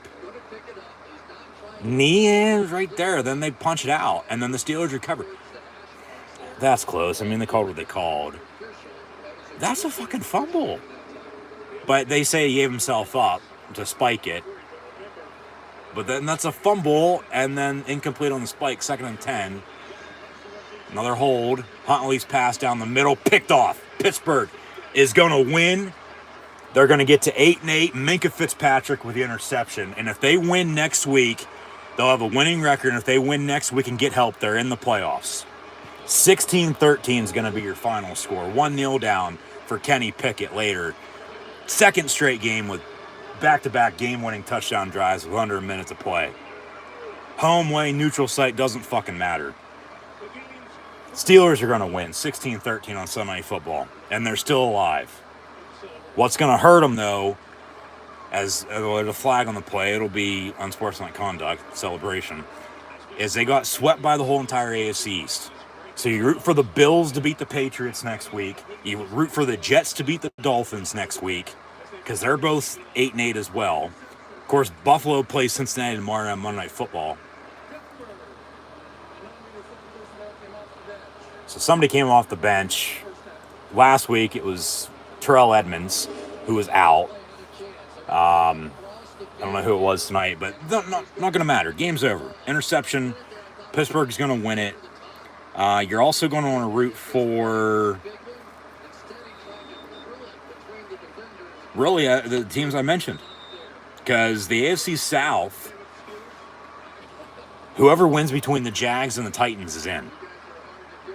Pittsburgh beats Baltimore 16-13. It was 16-14 3 weeks ago in favor of the Ravens. Pittsburgh gets it 16-13 tonight. Post-game handshake, and the Steelers get to 8-8 and a win it. Winner win a chicken dinner on New Year's. And they're fighting. They've won 3 straight, and 3 of 4, and 4 of 5. And since the bye week, now they're 6-2 since early November, when they were 2-6 going into the bye after Halloween. Tale of 2 halves of this season, completely different team, splitting the year in half.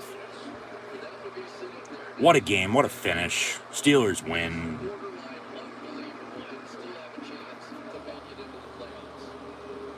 Yeah, next week, you're going to want to root for the Jets and the Bills, because both the Dolphins and Patriots are 8-8. They lose, the Steelers win. Pittsburgh's in at 7.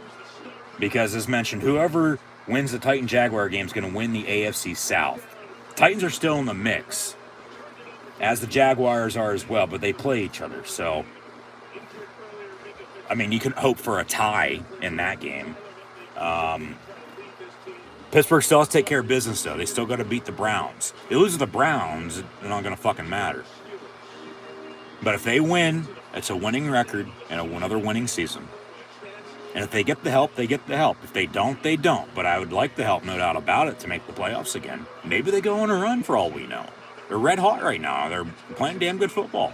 Another one-score game, but they're finding a way to win these one-score close games now rather than losing them as they did earlier this year. Steelers won on Sunday Night Football 16-13 against the Baltimore Ravens. So they split with the Bengals. They split with the Ravens. They need to split with the Browns next week because they lost to them earlier on the road.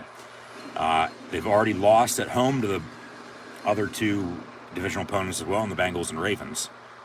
One-score games there is a one-score game against the Browns on the road.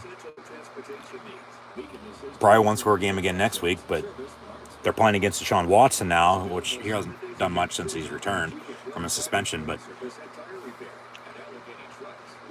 big win by the Steelers tonight, for sure. Huge win in that regard, but they got to win next week too.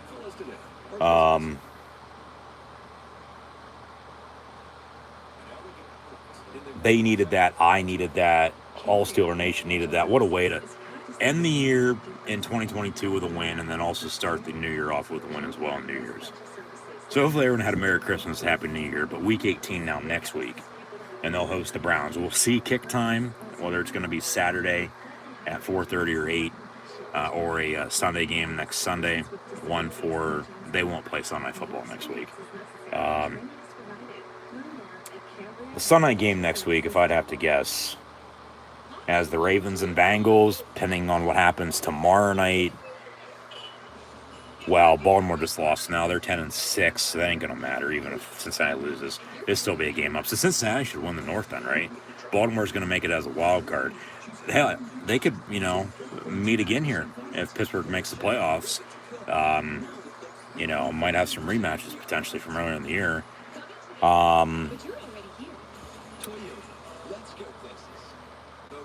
If I'd have to guess, Sunday Night Football is probably either going to be the Lions, Packers, or Titans, Jaguars. Probably Titans, Jags, because it's for the division, even though Tennessee is a game below 500 at 7-9, Jacksonville at 8-8. And if the Titans win, they'd get in with a losing record. Jaguars win, they'd get in with a winning record, winning the division. They're going to announce all these kick times tomorrow. But Pittsburgh, they need to win next week, and they need the Bills to beat the Patriots and the Jets to beat the Dolphins. And probably the Jaguars to win the AFC South, let alone tie with the Titans. That would be something they tied Week 18. They still have that tiebreaker, though, with one more win. They'd still get in. Steelers win it 16-13. Back-to-back 80-yard touchdown drives, or back-to-back 80-yard scoring drives, field goal, and then a game-winning touchdown. Pickett's getting the game ball, as is Najee Harris and T.J. Watt from Sunday Night Football. So we'll see what they have to say as they went ham on New Year's and pick up a win against the Ravens, 16-13. They're 8-8. They got to win next week. Yeah, find a way to win, exactly. A game-winning drive in the fourth quarter in 2 consecutive games. Last week and tonight, yeah. Or was Tirico's 80 yards, 2 drives for Steelers and Pickett at quarterback the past 2 weeks. One of the way, it doesn't matter. They won both games, so a win's a win. 1-3-4 as mentioned. They're 6-2 since the bye. And probably should have won the Ravens game 3 weeks ago. Probably should have won the Bengals game right before Thanksgiving. They probably should have won the Dolphin game. Probably should have won the Jet game, along with the Brown game earlier this year, along with the Patriot game as well. They're finding ways now to win these one-score games. 1-3 tonight, 1-3 last week, 1 by a touchdown the week prior. See, they lost by 2.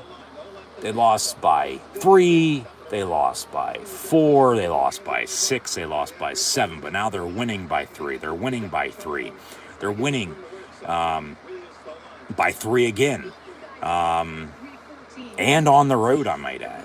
and they're also winning, by 7 and 8 and 10 points since the bye week. They're finding ways now to win these close games. They're won 3 of 4 and 6 of 8 since the bye. They're 8 and 8, and if they win next week, it's a winning record, another winning season. But if they win next week and get help, they're going to be in the playoffs. So root for the Bills, the Jets, and the Jaguars. If the Steelers win and the Buffalo Bills beat the Patriots and the New York Jets beat the Miami Dolphins and the Jacksonville Jaguars, just throwing it out there, beat the Tennessee Titans. I know it's for the AFC South, but if they win that too, Pittsburgh is going to be in the playoffs for the second consecutive year and make it 3, let alone, well, I'm not even going to get into that number because it's a lot. And a lot of teams would like to be making the playoffs this time of year. But Najee says shout out to the offensive line. They were able to run the football tonight, and they shut down the run game in the second half, I might add. So, Steelers win it 16-13. That has to suck for the Ravens. Even though they're in the playoffs, they had Pittsburgh right where they wanted them at as they show off the playoff picture. Yeah, you got a couple teams have already clinched divisions and clinched playoff berths. But, yeah, Jacksonville, Tennessee's for the South. It's one spot at the 7 seed, as Pittsburgh was last year when they went to Kansas City, which they might have to go to again. They might have to go to Buffalo again. They might have to go to Cincinnati again, for all we know, as they've gone to those 3 this year. They didn't play the Chiefs this year. But the Steelers path the postseason. They win against the Browns, the Bills beat the Patriots, and the Jets beat the Dolphins. So it doesn't even matter who wins the AFC South then, with the Jaguars and Titans. So whoever wants to win that division, be my guest. Jacksonville will probably be better off. I mean, Tennessee's absolutely shit the bed and lost 6 straight. But yeah, Pittsburgh makes the playoffs in 2 weeks' time with a win next week against the Browns, and also next week the Bills beat the Patriots in upstate Western New York and Orchard Park, and then the Jets, as they already blew out the Dolphins. At home, they're going to have to go to South Beach and beat the Finns then. Of course, you got a quarterback situation with them right now again as well. Tua's injured. We'll see if he plays next week, let alone Teddy Bridgewater. He went down with an injury earlier today. So, Skylar Thompson, rookie out of K-State, he's going to have to get the job done. And that's when he played against, that's when he played earlier this year, and it was against the Jets, so he's going to have to play against them again. So,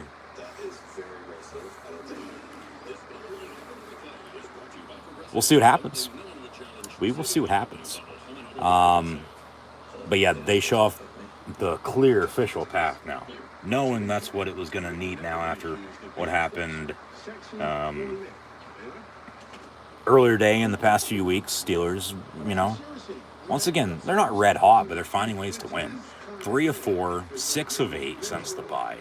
They're 8 and 8. Everybody counting them out. And they're finding ways to win these close games now, rather than losing them. If they'd be continuing to lose them, the season would have been over a couple weeks ago. But if they would have won, once again, the close games earlier this year, they'd probably already be in the playoffs. Hell, if they would have beat the Patriots and the Dolphins already, they'd just have to win next week to make the playoffs. It's still coming down to the final week of the regular season to see who's going to officially make it. And it's just the 7 seeds in both the AFC and NFC for that matter. Everything else for the other 12 teams is set in, not stone, because we know the teams, we just don't know the seeding at this point. But yeah, you got a couple teams in the hunt, Steelers included. Next week, though, in the NFL, we'll see what 2 games are on Saturday. We'll see what games are played at Sunday at 1, Sunday at 4, and then what is 272 next Sunday night. But we'll have the Buccaneers and Falcons. Tampa clinched the NFC South earlier. Bills play tomorrow at Cincinnati on Monday Night Football. They host the Patriots, though, next week. Go Bills. Nobody circles wagons like the Buffalo Bills. The Jets and Dolphins are also next week as well. Okay, season finale on Saturday. It's Chiefs and Raiders and Titans Jaguars Saturday night. So the AFC South will be one on Saturday night. Both games on ABC, ESPN. Next Sunday at 1 and 4, along with Sunday football. The rest of the schedule will be announced tomorrow. I think before lunchtime, maybe at noon. I doubt they'd wait until Monday Night Football. Got college football bowl games tomorrow as well. Okay, so they announced those two games. The Chiefs Raiders, which the Raiders were eliminated earlier. Kansas City's won the AFC West again. So that game's at 4 o'clock on Saturday. And then Titans Jaguars is the Saturday night game. We'll see what's next Sunday. Steelers going to play at either 1 or 4 on Sunday at home against the Browns. I would think 4 o'clock they'd put that along with Jets Dolphins and Patriots Bills all at 4 if I'd have to guess. Maybe all at 1. We'll see. But yeah, next week, next Saturday, now they make it official. Chiefs Raiders and Titans Jaguars on Saturday. Next Sunday, just don't know the official times. Bucks Falcons, Vikings Bears, Ravens Bengals, Chargers Broncos, Lions Packers, Texans Colts, Panthers Saints, Giants Eagles, Cardinals 49ers, Rams Seahawks, and as we saw, a rivalry game on Sunday Football tonight. Dallas will be in Washington as well next week, week 18. Steelers will host the Browns. They'll need to win. And then the Steelers will also need the Bills to beat the Patriots and the Jets to beat the Dolphins in order to make the playoffs. So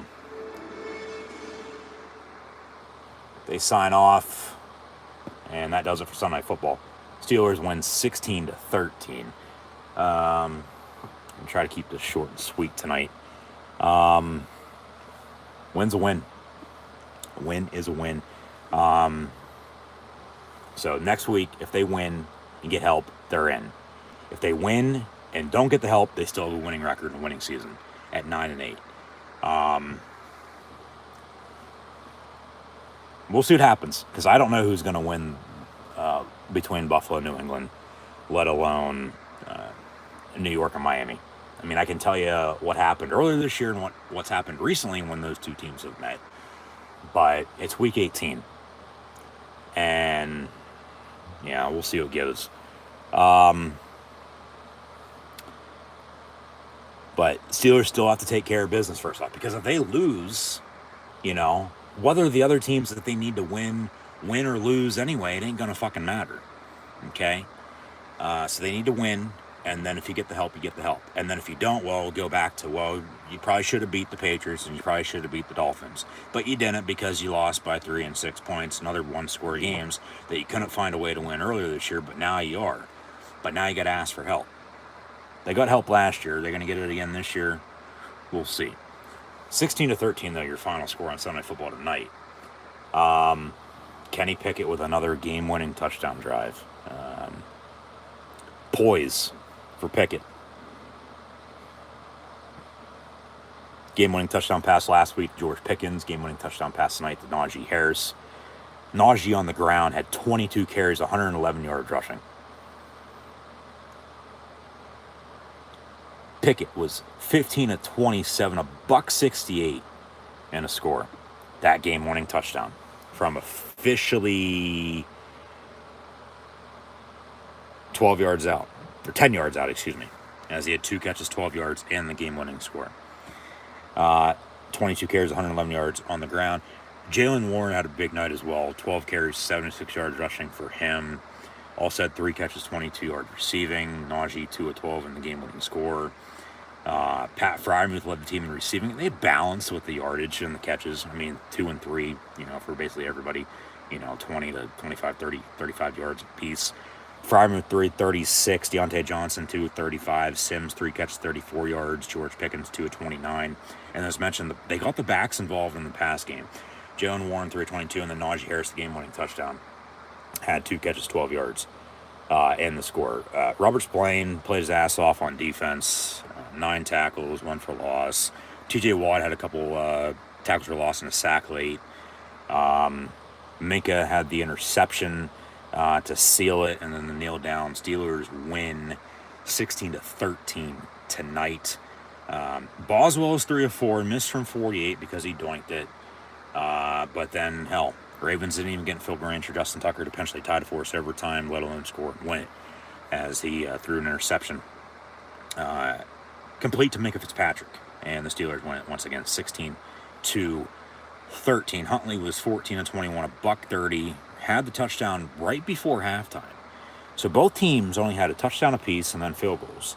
But the interception, the one lone turnover tonight, was costly to end the game. They did shut down Dobbins in the second half. He only had 33 yards compared to the 60 he had at halftime. Finished with 17 for 93. Huntley 7 of 24 on the ground. Mark Andrews, 100 yards on the dot, receiving on 9 catches. They couldn't cover him, but, you know, they still win. So that's all that matters.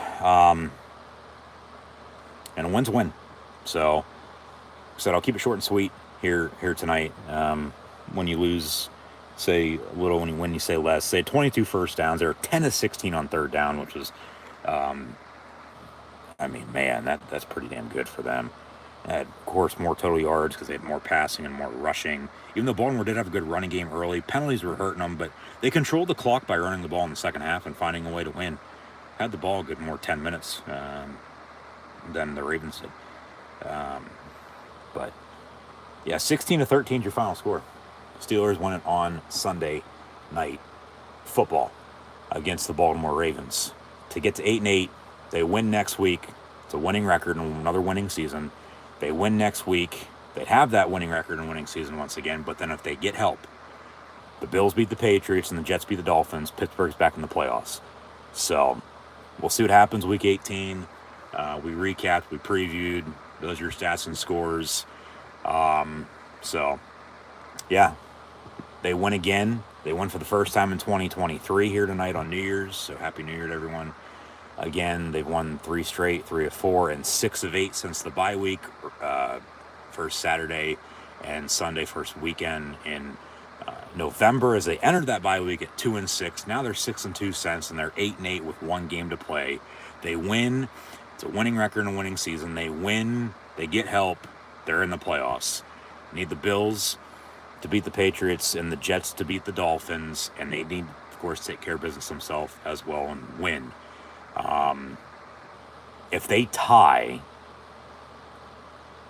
that would be where it gets tricky, whether it be in that game or the other games. If they tie, it's still a technical winning season, 8-1. So, of course, not hoping for a tie. You know, if it comes down to it, rather than a losing season and a loss, yeah, I'll take the tie, but I want to win, and I would like help if they can get it. If they don't get it, they still get the win. It's a winning record. Be happy. Hoping for a win tomorrow in the Rose Bowl for Penn State as well. But 1 down, 2 to go for the 3 wins as mentioned earlier, you know, come week 18 in the NFL for 1 Penn State college football bowl win tomorrow in the Rose Bowl against Utah, and then 2 Steeler wins to start the year off strong. So yeah, if the Steelers win next week, they get help, they're in the playoffs. If they win, don't get the help, it's still a winning record and a winning season. So we'll see what happens. It's why they play a game. It's not on paper, it's on the field. But it's week 18, and they got a full 60 to play. So leave it all out on the line. Browns don't have anything to play for. They've already been eliminated. They're going to play against Sean Watson, though, for the first time as a Brown quarterback. Of course, he was traded by Houston this past offseason to Cleveland, had a suspension, returned about a month or so ago. Hasn't played quite well, to say the least. But even when he was in Houston, the Steelers were able to get to him and beat him. So, who knows? He might not even play. They could rest him for the hell of it, just get ready for next year. But I would think they're going to want reps and they're going to play him. But they beat him before, why not beat him again? And the thing is, they're at home. So that crowd's going to be into it, especially when they need to win. So Mama, crank that a little this week. Get ready for the game. And we'll be California Dreaming tomorrow at 5, so be sure to tune in. But, Steelers won on Sunday football. 16-13, your final score. They get to 8-8. Won 3 straight, 3-4, 6 of 8 again.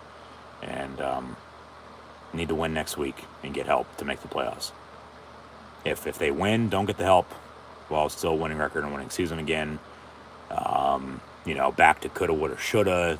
The close losses, close one-score games that they lost that they probably should have won to, be in the playoffs and at that point potentially. But I'm still taking a winning record over a playoff spot, but I'm definitely taking a winning record and a playoff spot if they can get it. Because they're still going to have a mid-round, first-round pick, which I don't get why people even bring that up, because they'll get what, they're dealt come off-season time, after the regular season's over. Like, that's, even though a couple months away, a long ways away. You still got to take care of business with what's right in front of you first off, rather than looking ahead or behind you. Which we might be looking behind if they don't make the playoffs, no doubt about it, even if they do win and get one of the 2 games with help. But that's the thing, if they lose, whether they get the help or not, they're going to be done. It's a losing season, they don't make the playoffs, so on and so forth. But if they win, it's a winning record, and if they win and get help, they're in the postseason. So as I said, we'll just have to see what happens. It's going to be an interesting finish. It's going to be a fun Week 18 in the NFL. So I'll leave it at that. But just as always, once again, thank you for tuning in and listening. Be sure to like, follow, and subscribe on social media. Links in the description below. Hope to see everybody out tomorrow for Penn State, Utah in the Rose Bowl. For more live watch along reactions over on YouTube. And then next week in the NFL as well for Week 18, including the Browns-Steelers game. That'll officially be on Sunday. We just don't know the kick time yet. It's either going to be at 1 or 4 o'clock. They'll put that game along with the Bill, Patriot, and Jet Dolphin game all at the same time. They'll all be on at the same time. So we'll probably have to, keep eyes on what's going on. But, because they're not going to have the Steelers play first. They win, and then, I'll say fuck the other games. And then, players rest and, so on and so forth. They're all going to be played at the same time for, playoff scenarios. Whether it's at 1 or 4, still yet to be known. It ain't going to be Sunday Night Football. That Sunday Night Football game is probably going to be Lions-Packers, because they did Saturday night with Titans-Jaguars. So, yeah. We'll see how everything unfolds, how it shakes out, as we're into 2023 now, so Happy New Year again. But Steelers won to end 2022. They win to begin 2023. And, it's nice to win. It's nice to win 3 straight. It's nice to win 6 of 8. If only, once again, they could have won a few more games earlier this year that they lost, which were close one-score games. Be a total different story right now. But the thing is, even with that, they're still in it.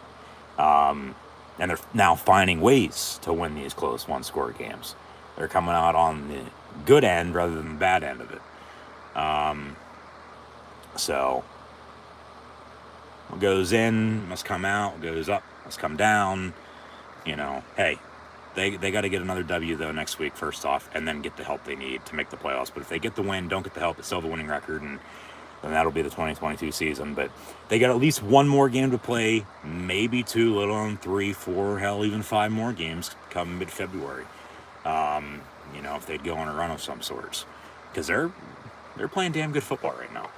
Like I said, they're not red hot, but they're finding ways to win. And that's all that matters at the end of the day, whether you won or lost.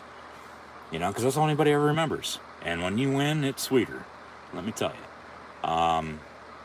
So, Steelers beat the Ravens on Sunday Football officially. Once again, 16-13 your final score. So, in the meantime, that'll do it for myself, your host, Encyclopedia Sports, Cohen Luke 96, over on YouTube. So, once again, thank you for tuning in, and listening. Be sure to like, follow, and subscribe on social media. Spread it tomorrow. Penn State, Utah in the Rose Bowl, and next week, week 18, and a must-win game for the Steelers. And then, of course, if they get the help, they get the help. If they don't, they don't. But if they win and get help, they're in the playoffs. They win, winning record, winning season. But yeah, Steelers win tonight, 16-13, over the Baltimore Ravens, and got at least one more game, maybe a couple more. We'll see how it plays out. But win's a win. So 16-13, your final score. Steelers beat the Ravens on Sunday Night Football. Thanks for listening. Super tomorrow and next week as well. As the Steelers will host the Browns on Sunday. Just don't know officially the kick time, but it'll be either 1 or 4. But be sure to subscribe, tune back in then. But meantime, they win tonight. The black and gold split as they split the Bengals. They split the Ravens. Hopefully, they'll split the Browns next week as well. They beat the Ravens 16-13 tonight on Sunday Night Football.